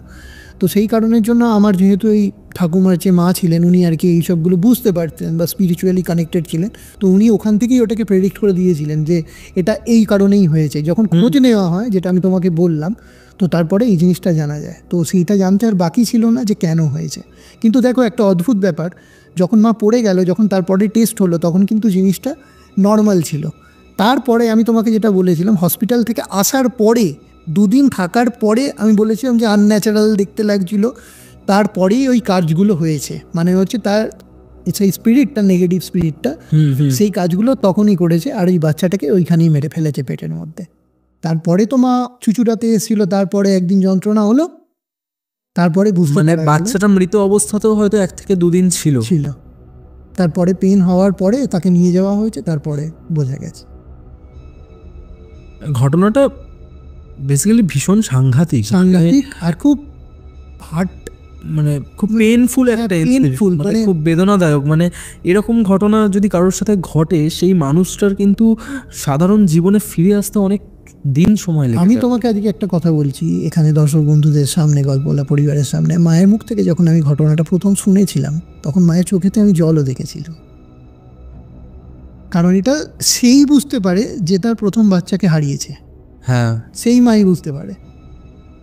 আর প্রথম বাচ্চাকে হারিয়েছে, আর তার পেছনে কারণটা এমনই আনন্যাচারাল, যেখানে তার নিজস্ব কোনো কন্ট্রিবিউশন নেই, যেখানে সে নিজস্ব কোনো দায়ভার নেই। আর সব থেকে বড় কথা হচ্ছে যে মা তো মাই হয়, একদমই তাই। ঠিক আছে, সে তার প্রথম বাচ্চা হোক কি দ্বিতীয় বাচ্চা হোক কি তৃতীয় বাচ্চাই হোক না কেন, আমি এক্সপেক্ট করিনি যে এই ঘটনাটা এরকমভাবে শেষ হবে। এরকমভাবে শেষ হবে। আমি সেটাই তোমাকে প্রথমেই বলেছিলাম যে ঘটনাটা যখন আমি শেষ করবো অরিত্র, তখন তুমি স্টান্ট হয়ে যাবে। মানে আমি পুরোটা বলতে দাও আমাকে, তুমি দেখো শেষ গিয়ে কী হবে এই ঘটনাটা। এটাই হচ্ছে এইটার ঘটনা, মানে এইটার এন্ডিংটা যে এতটা প্যাথেটিক হতে পারে একটা মায়ের জন্য। আমি যদি আমার মায়ের জায়গায় গিয়ে আমি এটাকে ভাবি, বা যে কোনো মা যা তার সন্তানকে হারিয়েছে, যে কোনো মায়ের কথাই আমি বলবো এখানে, শুধু আমার মা বলে না, মা তো মাই হয়, তো তাদের যে জীবনের মধ্যে দিয়ে কতটা কষ্ট গেছে সেটা একমাত্র তারাই বুঝতে পারবেন। তো এইটাই ছিল ঘটনা মায়ের সাথে ঘটে যাওয়া, যেটা মা আর বাবার মুখ থেকে আমি শুনেছি। বাবার থেকে তো বেটার মা আরও তার সাথে ঘটেছে সেটা বলতে পেরেছে। তোমার মা পুরো ফেজটার মধ্যে দিয়ে গেছে, কারণ সে যখন জানলা খুলে দেখতে পেয়েছিল যে দূরে ওই লোডশেডিং এর রাত, মানে যেই রাতটা কারেন্ট অফ হয়ে গেছিল, যেই রাত দরজা খুলে, হ্যাঁ দরজা খুলে যখন দেখতে পেয়েছিল, সেই মুহূর্তে তার নিজের কি অনুভূতি হয়েছিল আমি সেটা ভেবে জাস্ট শকড হয়ে যাচ্ছি যে একটা মেয়ে সদ্য বিয়ে করেছে, বিয়ে করে এমন একটা অচেনা জায়গায় গেছে যেখানে ওই মুহূর্তে তার হাজবেন্ড তার সাথে নেই, আর সে মানে সেই পরিস্থিতিতে সেখানে অন্ধকার হয়ে গেছে, লোডশেডিং হয়ে গেছে, দরজা খুলে দেখছে দূরে এমন একটা কেউ দাঁড়িয়ে রয়েছে যার শরীরের থেকে মাথাটা এতটা বড়। আমার ভেবেই গা শিউরে উঠছে। হ্যাঁ, এখানেও একটা নোটিসেবল ব্যাপার, তখন কিন্তু মা দেখতে পাচ্ছে যে তার বডিটাও তখন কিন্তু মা দেখতে পেয়েছে, হ্যাঁ হ্যাঁ, পিছন ঘুরে দাঁড়িয়ে আছে, এটাও কিন্তু নোটিসেবল ব্যাপার।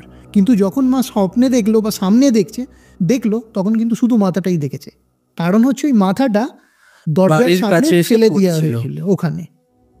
মা একটা ছায়া মূর্তি দেখেছিল গলির মুখেতে, সেটাকে অতটা গুরুত্ব দেয়নি, কিন্তু যখন স্বপ্নে দেখতে শুরু করলো। আর এখানে আরেকটা জিনিসও আমি যেটা বুঝলাম, যে যেহেতু মায়ের সাথে ঘটনাটা ঘটেছে, যে আমাদের রিয়েল লাইফে কিছু এমনও জিনিস আছে যেগুলো আমরা চোখে দেখতে পাই না, কিন্তু সেগুলো এক্সিস্ট করে। এটা একদমই ঠিক বলেছো, কারণ তুমি যখন ঘটনাটা বলছিলে এখানে তুমি যেভাবে এই অতৃপ্ত আত্মার বিবরণটা দিলে, আমি একটা আরবান লেজেন্ডকে খুব কানেক্ট করতে পারছিলাম। আচ্ছা, যেটা বিহারের খুব প্রচলিত, আচ্ছা, যেটা সারকাটা, হয়তো আমরা অনেকেই সিনেমাতে দেখেছি বা অনেকেই জানি না, বা আমাদের রাজ্যেও সেটা গলা কাটা হিসাবে পরিচিত। তোমার কি মনে হয় যে এই যে আরবান লেজেন্ডগুলো, মানে যেগুলোকে নিয়ে এত বড় বড় মিথ রয়েছে, এত গল্প কথা রয়েছে, এগুলো আদৌ এক্সিস্ট করে, নাকি শুধুমাত্রই মানুষকে ভয় পাওয়ানোর জন্য কিছু ক্যারেক্টারকে বিল্ড আপ করে এই গল্প কথাগুলোকে প্রচলন করা হয়েছে? না দেখো, আমরা একটা জিনিস জানি যে যা রটে তার কিছুটাও বটে বা ঘটে, ঠিক আছে। যদি স্পিরিট বা এন্টিটি থাকতোই না, তাহলে আমি এখানে একটা কথা টেনে আনতে চাই যে হনুমান চালিসায় আমরা একটা লাইন পাই, ভূত পিশাচ নিকট নেই আবে, মহাবীর জব নাম শোনাবে। ঠিক আছে, যখন ওনার নামের পাশে বা হনুমান চাল্লিশাতে যখন আমরা এরকম একটা লাইন পাই, আমরা সনাতনীরা যখন এরকম একটা লাইন পাই, আমার মনে হয় যে এই জিনিসটা অবশ্যই এক্সিস্ট করে। না, এক্সিস্টেন্সের ওপর আমি প্রশ্নটা করছি না, এক্সিস্টেন্সটা তো আমি মানি, ঠিক আছে, 200% বিশ্বাস। যেমন তুমি বলতে চাইছো যে এটা মিথ, মানে একটা যে নাম দেওয়া হয়। হ্যাঁ, এই যে ক্যারেক্টারগুলোর ধরো যেমন জাপানের একটা রয়েছে, যেমন এই কোচিসাকেও না, ঠিক আছে। তো তেমনই আমি বলছি, যেহেতু তুমি এই ঘটনাটা এরকমভাবে বললে যে তার গলা কেটে যেহেতু তাকে খুন করা হয়েছিল, সেই অনুযায়ী তোমার মা তাকে দেখতে পেতেন যে তার মাথাটা এগিয়ে আসে। ঠিক আমার মনে পড়ে গেল, আমি স্ত্রী বলে একটি মুভিতে এরকম একটা সিন দেখেছিলাম। তো এটা তো প্রযোজ্য নয় না যে সব জায়গাতে কোনো অতৃপ্ত আত্মা যার গলা কেটেই খুন করা হয়েছে সেই এরকমভাবে ঘুরে বেড়াবে বা তারই এরকম মাথা এগিয়ে আসবে বা এরকম কিছু। আমার প্রশ্নটা এখানে যে এটা ধরো যেই আত্মাটা তোমার মাকে দেখা দিয়েছিল বা যেই নেগেটিভ এনার্জি ছিল, সেটা যে চেয়েছিল যে তোমার মায়ের শরীরের ভেতরে যে প্রাণটা রয়েছে তার দেহটা প্রাপ্ত করতে, তো সেইটাকে আমি যদি বাদও রেখে আমি জানতে চাইছি যে আরবান লেজেন্ডস, যে গলা কাটা, স্কন্ধ কাটা বা সার কাটা, আমি এই নামগুলোই উল্লেখ করছি, তোমার কি মনে হয় যে এগুলো মিথ না ফ্যাক্ট? আমার মতামত যদি তুমি নাও, মানে আমার যদি পার্সোনাল ভিউ পয়েন্ট আমি তোমায় বলি, তাহলে আমার মতে এগুলো মিথ নয়। কারণ আমার মা যেভাবে এক্সপিরিয়েন্স জিনিসটাকে করেছে, হয়তো তারাও ওখানে এরকম ধরনের কেউ না কেউ এক্সপিরিয়েন্স করেছেন। একটা জায়গার তো কোনো কার্য ছাড়া কারণ হয় না, বা কারণ ছাড়াও কার্য হয় না, একে অপরের পরিপূরক। ঠিক আছে, তো আমার মনে হয় যে এই নামগুলো এমনি হাওয়া দিয়ে চলে আসেনি। কোনো কারণ তোমার মাথায় যদি কোনো একটা থিঙ্কিং আসে, তখন এমনি এমনি তো তোমার মাথায় থিঙ্কিংটা আসেনি, কিছু একটা জিনিস দেখার পরেই এসছে। দিন যে হয়তো কিছু ঘটেছে। দিন যখন আসে তখন তো রাত আসে, তারপরে রাতের পরে কিন্তু আবার দিন আসে, মানে চেঞ্জ হতেই থাকে। তো তোমার মাথায় যদি কোনো চিন্তা ভাবনা আসে, তার মানে কোনো কিছুকে ভেবে তোমার মাথায় চিন্তা ভাবনাটা আসছে। এটা যদি আমরা নর্মালি ভাবি, মানে ওই হরর জনারটায় না গিয়ে যদি আমি পাশ থেকে ভাবি যে মিথের যে কথাটা তুমি আমায় বললে, আমার যদি ভিউ পয়েন্ট তুমি নাও, আমার মনে হয় যেগুলো মিথ নয়। কিন্তু আমি একেবারেই এটা বলবো না আমাদের দর্শক বন্ধুদের, গল্পওয়ালা পরিবারকে, যে আমি এখানে কোনো সুপারস্টিশিয়াস ব্যাপার বা কুসংস্কার ছড়াচ্ছি বা কিছু এরকম বলবো না। এটা আমার ভিউ পয়েন্ট, আমি বলবো। আপনারা অবশ্যই যুক্তি দিয়েই জিনিসগুলো বিচার করবেন। কারণ কোথাও না কোথাও গিয়ে মনে হয় যে মানুষের মৃত্যুর পরেও, ঠিক আছে, তাদের স্পিরিট বা তাদের আত্মা বা তাদের যে সোল, সেটাকে নিয়েও বোধহয় ক্যাটাগরাইজ করা হচ্ছে। আমার এটা মনে হয়। ঠিক আছে, আমি অবশ্যই আত্মায় বিশ্বাস করি, প্রেতাত্মায় বিশ্বাস করি, প্রেত, পিশাচ, ডেমন, স্যাটান, আমি সব কিছুতেই বিশ্বাস করি। কিন্তু এই যে ক্যাটাগরি ভাগ করে দেওয়া হয়েছে, যে ব্রহ্মদৈত্য, ব্রাহ্মণ মারা গেলে নাকি ব্রহ্মদৈত্য হয়, অনেক মিসকনসেপশনও কিন্তু আমরা ছোটবেলা থেকে ছিল। ঠিক আছে, যেটা পড়াশোনা করতে গিয়ে আমরা জানতে যে না, এরকম কোনো ব্যাপার নয়, যে মানে ব্রহ্মদৈত্য হওয়ার পেছনেও অনেক কারণ থাকে, তাই না? মানে কোনো বাচ্চার পৈতে হওয়ার দিন যদি তার মৃত্যু ঘটে, আমি এটা শুনেছি, অতটাও আমি কনফার্ম করে বলতে পারবো না, তো তখন নাকি ব্রহ্মদৈত্য হয়। তো এরকম প্রচুর আরবান লিজেন্ডস রয়েছে, আমাদের পশ্চিমবঙ্গেও রয়েছে, গোটা ভারত জুড়েও রয়েছে। পশ্চিমবঙ্গে যেমন আছে, যেমন তুমি প্রশ্নটা বললে আমাকে যে বিহারে এরকম আমি শুনেছি যে সারকাটা এরকম ব্যাপার, যেমন আমাদের পশ্চিমবঙ্গে আমরা এটাকে ব্রহ্মদৈত্য বলছি, সেখানকার লোকাল যে মানুষজন আছেন তারা সেটাকে সারকাটা বলছে, আমরা এখানে বলছি স্কন্দকাটা। ওরা বলছে সারকাটা, আমরা এখানে বলছি স্কন্দকাটা আমাদের ভাষাতে। এটা কিন্তু আছে আমাদের এখানেও, ওখানেও আছে। তার মানে ব্যাপারটা মিথ হতে পারে না। মানে জায়গা বিশেষে সেই ক্যারেক্টার, নাম পাল্টাচ্ছে, এন্টিটির নামটা পাল্টাচ্ছে, কিন্তু জিনিসটা কিন্তু একই থাকছে।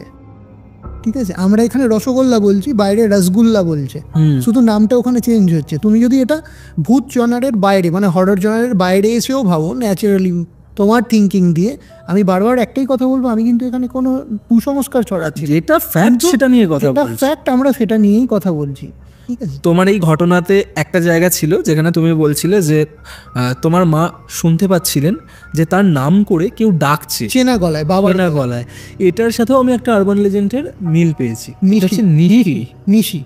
আমাদের পশ্চিমবঙ্গে যদি খোঁজা যায়, ইনফ্যাক্ট ছোটোবেলাতে অনেকবার শুনেছি, মানে আমাদের মা কাকিমারাই বলতো, আমার মামার বাড়ি থেকেও বলা হতো যে রাত্রেবেলায় যদি বাইরে বেরোচ্ছিস, পেছনে ডাকলে 3 বার ডাকছে, ততক্ষণ সারা দিবি না। হ্যাঁ, এটা শুনেছি।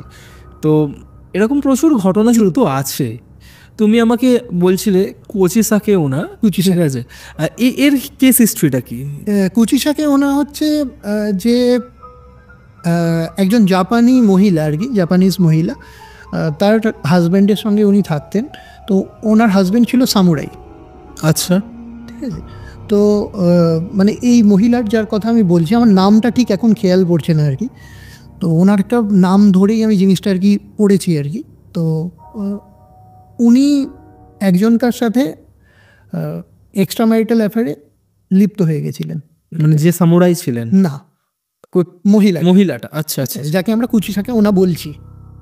তো এইটা ওনার স্বামী জানতে পেরে যান। ওকে, ঠিক আছে। আর ইনি খুবই সুন্দরী ছিলেন, কুচিসাকে ওনা যার কথা বলছি, মানে ওনার, আমি মেনলি তোমার নামটা বলতে পারছি না, আমার মাথায় আসছে না তাই। তো উনি খুবই সুন্দরী ছিলেন। তো ওনার সৌন্দর্যতার জন্য অনেক পুরুষই তার প্রেমে পড়তেন।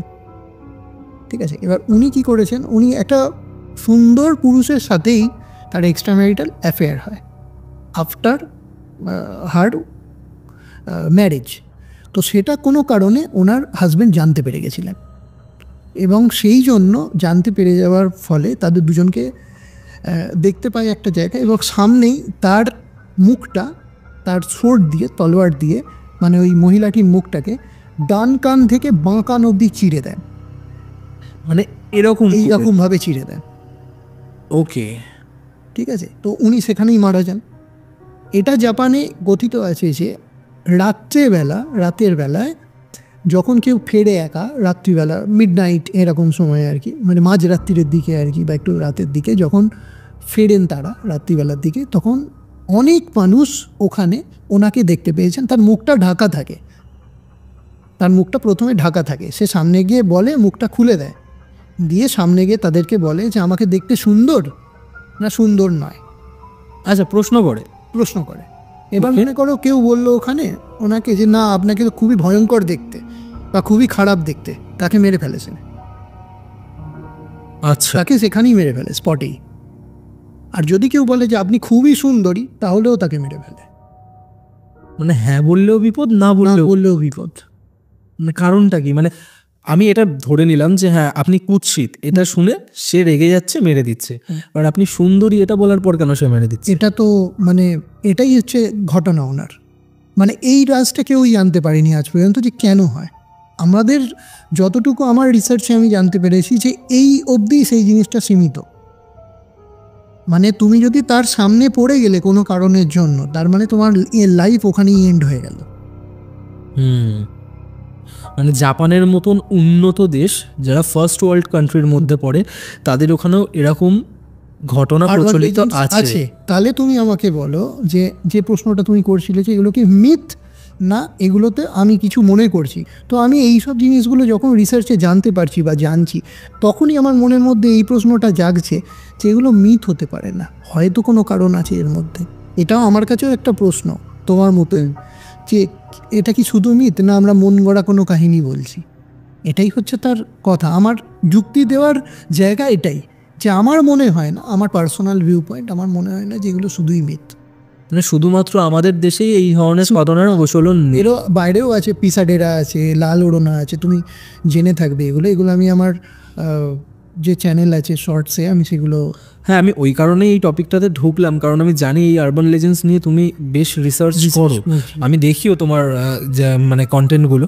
তো আমি একটা প্রশ্ন করতে চাই, তুমি যে পিসাডেরা বা লাল ওড়নার কথা বললে, এদের পেছনের কেস হিস্ট্রিগুলো কি? পিসাডেরা যেটাকে আমরা এখানে বলে থাকি হচ্ছে বাঙালি ভাষাতে সেটা বোবা ভূত বলে থাকি। আচ্ছা, বোবা ভূত মানে বোবায় ধরেছে, আমরা বলি না অনেক সময় বোবায় ধরেছে, এরকম ব্যাপার। তো ব্যাপারটা হচ্ছে এরকম যে, আর বিজ্ঞানের ভাষায় যদি তুমি এটাকে যাও তাহলে এটাকে বলে স্লিপ প্যারালাইসিস। ব্রাজিলের লোকেরা মনে করেন যে রাত্রিবেলা ঘুমানোর সময় অনেকে এরকম এক্সপিরিয়েন্স করেছেন যে তারা একটা মহিলার অবয়ব দেখতে পায়, ছায়ামূর্তি দেখতে পায়। কিরমভাবে? যখন তারা ঘুমিয়ে থাকে, হঠাৎ করে চোখ খুললে তারা দেখে যে বুকের ওপরে তাদের কোনো একটা মহিলা ছায়ামূর্তি বসে তাদের গলাটা চেপার চেষ্টা করছে, মানে টেপার চেষ্টা, ঘুমন্ত অবস্থায়। এবং তারা চেঁচাতে চেষ্টা করছে, যেমন আমরা চেঁচাতে চেষ্টা করি, ডাকার চেষ্টা করি কাউকে, কিন্তু তারা পাচ্ছে না, তাদের হাত পা সব কিছু অবশ হয়ে গেছে, যেটা বিজ্ঞানের ভাষায় স্লিপ প্যারালাইসিস বলে। তো ওনারা মনে করেন বা ওরা মনে করে এই জিনিসটা, ওখানকার মানুষজন, স্লিপ প্যারালাইসিসের কারণ এই ছায়ামূর্তি বা পিসাডেরা, যেটাকে ওরা ওদের ভাষায় নাম দিয়েছে। মানে আমাদের এখানে বাংলায় আমরা বোবা বলছি, বোবা ভূত বলছি, ব্রাজিলে সেটাই পিসাডেরা, যেটা তুমি একটু আগে বললে যে এক একটা সব জায়গাতেই এন্টিটিগুলো আছে, তারা জানে, কিন্তু সেই আঞ্চলিক ভাষা বা সেই দেশের ভাষা হিসাবে জায়গাগুলোর নামগুলো পাল্টে যায়। এটাই হচ্ছে লাল ওড়না। খুব সম্ভবত কোনো খ্রিস্টান মেক্সিকোতে এটা বলা হয় যে উনিও খুব সুন্দরী ছিলেন, ঠিক আছে, উনি খুব সুন্দরী ছিলেন, কিন্তু ওনার হাজব্যান্ড ওনাকে চিট করেন। সেই কারণের জন্য উনি মানে যে মহিলা লাল ওড়নাতে পরিণত হয়েছেন আর কি, উনি তার দুটো বাচ্চাও ছিল, মানে দুটোই মেয়ে ছিল, তো সেই দুজনকে একসাথে নিয়ে জলে ডুবে মারা যায়। তো ওই ঘটনাটা জানার পর যে আমিও তো থাকবো না, তাহলে আমার মেয়েগুলোকে কে দেখবে, ওদেরও আমি আমার সাথে শেষ করে ফেলবো। তো সেখানে জলে ডুবে ওখানে মারা যায়।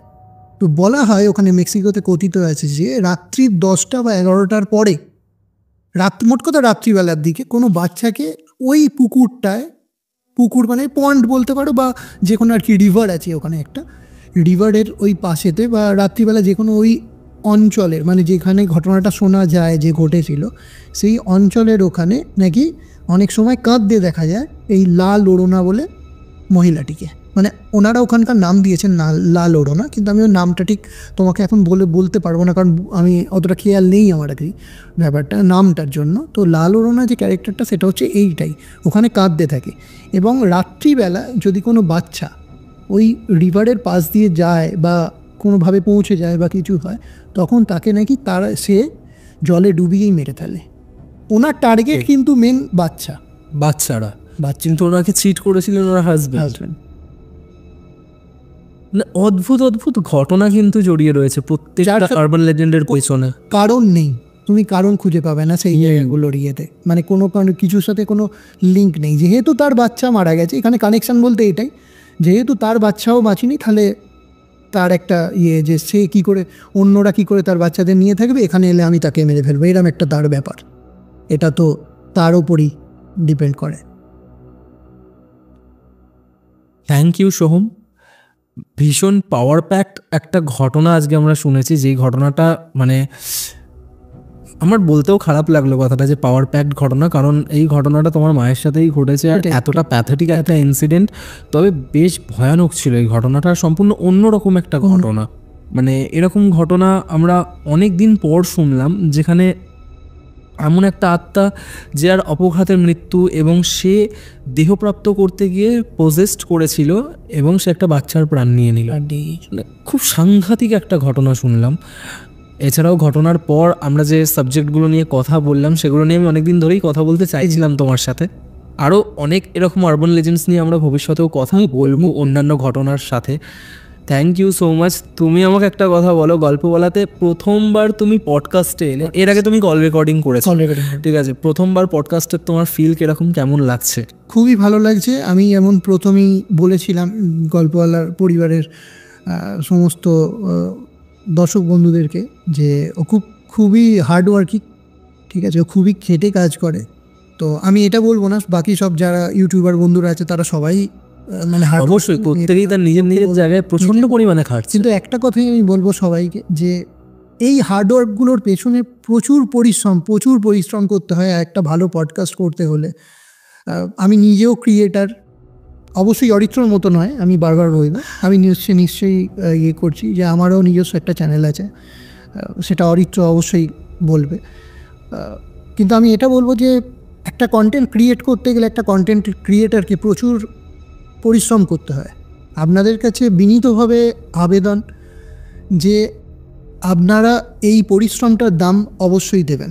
আপনাদের কাছে আমাদের ইউটিউবার বন্ধুরা বা ক্রিয়েটারদের একটাই আবেদন যে আপনারা নিশ্চয়ই আমাদের পরিশ্রমটাকে যেন একটা ঠিক জায়গায় আমরা নিয়ে যেতে পারি, সেই জন্য আমাদের পাশে থাকবেন, বাস এইটুকুই আমি বলতে। অবশ্যই, কারণ প্রত্যেকটা মানুষই, যেমন তুমি একটা কথা বললে যে অরিত্রর মতন নয়, দেখো আজ থেকে যদি আমি 2 বছর পেছনে যাই, ঠিক আছে, আমারও চ্যানেলের সাবস্ক্রাইবার 1,500ই ছিল, ঠিক আছে, যে মানে 0 থেকে 1,500 সাবস্ক্রাইবার বা 2,000-এ পৌঁছতে আমার 5 বছর টাইম লেগেছে, ঠিক আছে, দেন 2,000 থেকে 1 লাখে পৌঁছতে আমার 1 বছর 2 মাস টাইম লেগেছে, ঠিক আছে। তো এখানে আমার এই জার্নিটার সাথে গল্প বলা পরিবারে আজকে যারা যারা জুড়ে রয়েছে, অনেকেই আছে যারা হ্যাঁ এখনও হয়তো পরিবারের সদস্য, বাট তারা এখন আর অতটা কানেক্টেড নেই, বা অনেকে আছে যারা সেই মুহূর্তে বা আজ থেকে 1 বছর আগে গল্পওয়ালা পরিবারে জুড়ে ছিল, বাট তারাও হয়তো সময়ের সাথে সাথে ছেড়ে বেরিয়ে গেছে।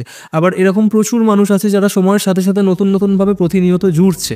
তো প্রত্যেকের সাপোর্ট, প্রত্যেকের ভালোবাসা, একদমই ক্রিটিসিজম সব কিছু না থাকলে হয়তো গল্পওয়ালা আজকে এই জায়গায় দাঁড়াতো না, এই জায়গায় পৌঁছতো না। কারণ আজকে একটা মানুষের দাঁড়ানোর পেছনে বা একটা মানুষের কোথাও পৌঁছানোর পেছনে যেমন তাকে করা প্রশংসাটাও তার পেছনে দায়ী, তার জন্য আমার মনে হয় তার থেকে অনেক বেশি দায়ী হয় ক্রিটিসিজমটা। কারণ ক্রিটিসিজমগুলোই না আমাদের মতন ক্রিয়েটার এগিয়ে যেতে সাহায্য করে, নিজেদের ভুলগুলো শুধরে এগিয়ে যেতে হেল্প করে। সেই কারণে আমাকে যখন কেউ ক্রিটিসাইজ করছে আমার কাজ নিয়ে, আমার খুব ভালো লাগে, কারণ তারাই কিন্তু একমাত্র এগিয়ে যাচ্ছে, আমাকে শেখাচ্ছে, আর তারাই কিন্তু মাইনিউটলি ভালোভাবে তারা আমার কন্টেন্ট দেখছে, তারা কিন্তু নিজের টাইমটা স্পেয়ার করছে কন্টেন্টের ওপর। তাই জন্য তারা লক্ষ্য করতে পারছে আমি ভুলটা কোথায় করছি, হয়তো যে জিনিসটা আমার চোখেও পড়ছে না। তো আমি অবশ্যই চাইবো, যেটা তুমি বললে আমার খুব ভালো লাগলো, যে হ্যাঁ অবশ্যই আমাদের প্রত্যেকটা কন্টেন্ট বা প্রত্যেকটা প্রোডাকশনের পেছনে অনেক বেশি হার্ডওয়ার্ক থাকে, অনেক, আর আমরা হয়তো শরীর দিয়ে খাটি না, বাট আমাদের ব্রেন মেন্টালি আমরা অনেক পরিশ্রম করি। আরেকটা কথা আমি দর্শক বন্ধুদের বলবো, যেমন আমাদের মতো কন্টেন্ট ক্রিয়েটারদের এখানে ভূমিকা আছে, ক্যামেরার পেছনে যারা আছে তাদেরও কিন্তু একটা বড় ভূমিকা আছে অনেকটাই আমাদেরকে এখানে পৌঁছে দেওয়ার জন্য। সেটা শুধু অরিত্র বা আমি নয়, আরও যারা ইউটিউবার বন্ধুরা আছে তারা সবাই এগ্রি করবেন আমার সাথে এই ব্যাপারটাতে। প্রচুর পরিশ্রম লাগে। কারণ আজকে একটা পডকাস্ট ক্রিয়েট করতে গেলে আমার যেহেতু সিঙ্গেল ডিসপ্লে বা সিঙ্গেল ক্যামেরাতে শ্যুট হয়, ঠিক আছে, বাট একটা পডকাস্ট ক্রিয়েট করতে গেলে আমরা ধরো এখানে বসে কনভারসেশনটা করছি, বাট যারা ক্যামেরার পেছনে রয়েছে, যেমন আমার ভাই রয়েছে ক্যামেরার পেছনে, তো ও টানা 2 ঘন্টা 3 ঘন্টা একইভাবে চুপ করে বসে থাকে কিন্তু ক্যামেরার পেছনে, যেটা কিন্তু আরও অনেক বেশি খাটনির, সেটা ক্যামেরার মাঝখানে আসে না, সামনে আসে না, যেহেতু আরও অনেক বেশি পেশেন্সের কাজ। আমাদের পেছনে যারা পোস্ট প্রোডাকশনের কাজ করে তারা কিন্তু প্রচণ্ড খাটাখাটনি করে এই ব্যাপারটাতে। আর অবশ্যই ক্ষমা করবেন যদি আমি কিছু ভুল কথাবার্তা বলে থাকি আপনাদের। না, অবভিয়াসলি প্রত্যেকটা কথার মধ্যেই অবশ্যই অনেকটা মানে ছিল, আমি ওই কারণেই শুনছিলাম তোমার কথাগুলো। আর আমার মনে হয় যে তোমার যে চ্যানেলটা, যেটা নিয়ে তুমি কাজ করছো, হয়তো আজকে অত পরিমাণ মানুষের কাছে পৌঁছয়নি, বাট এটা আমার বিশ্বাস তুমি যদি এই সাবজেক্ট নিয়ে কাজ করতে থাকো, মানে তুমিও তো এই ভৌতিক জনরাতেই কাজ করছো, বাট তোমার কাজটা আমাদের তুলনায় অনেকটা ডিফারেন্ট, যেটা আমার ভালো লাগে বেশ। তো যারা, আমি এটুকুই বলবো যে তোমরা যদি চাও যে তোমরা বিভিন্ন দেশের বা বিভিন্ন জায়গার আরবান লেজেন্ডস সম্পর্কে জানতে চাইছো বা নলেজ গেইন করতে চাইছো, যে বিভিন্ন জায়গার যে নেগেটিভ এন্টিটি বা স্পিরিচুয়াল যে এন্টিটিগুলো রয়েছে তারা কি, তাদের সেই এন্টিটিগুলোর পেছনের ঘটনা কি গল্প, সেগুলো জানতে হলে অবশ্যই তোমার যে চ্যানেলটা আছে সেটা হচ্ছে শর্টস উইথ সোহম, সেখানে তুমি শর্টস ফরম্যাটে কন্টেন্ট আনো। তো এই চ্যানেলটা তোমরা সাবস্ক্রাইব করতে পারো, বেশ ভালো ভালো কন্টেন্ট তোমরা দেখতে পাবে। তো আমার ভীষণ ভালো লাগে, আমি দেখি, এই কারণে আমি আজকের এই আরবান লেজেন্ডসের টপিকটাতে ঢুকলাম। তো thank you so much Soham, ভীষণ ভালো লাগলো, তুমি মারাত্মক একটা ঘটনা আজকে শেয়ার করেছো, বেশ ইম্পর্টেন্ট ডিসকাশন আমরা করেছি, সব মিলিয়ে আজকে দারুণ একটা পডকাস্ট কিন্তু আমরা করলাম। Thank you Aritra. Golpowala, the real paranormal experience.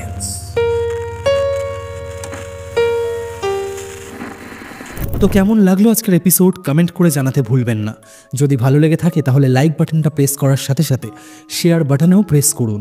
আর যদি গল্পওয়ালা ইউটিউব চ্যানেলে আজকে প্রথমবার এসে থাকেন তাহলে চ্যানেলটা সাবস্ক্রাইব করার পাশাপাশি স্পটিফাই পডকাস্টটিকেও ফলো করতে ভুলবেন না। ভুলে গেলে চলবে না, গল্পওয়ালা আমার আপনার প্রত্যেকের নিজেদের যৌথ পরিবার। আজকের এপিসোড আমি এখানেই শেষ করছি। আগামী শনিবার আসছি আরও একটা ভয়ানক হরর পডকাস্ট নিয়ে।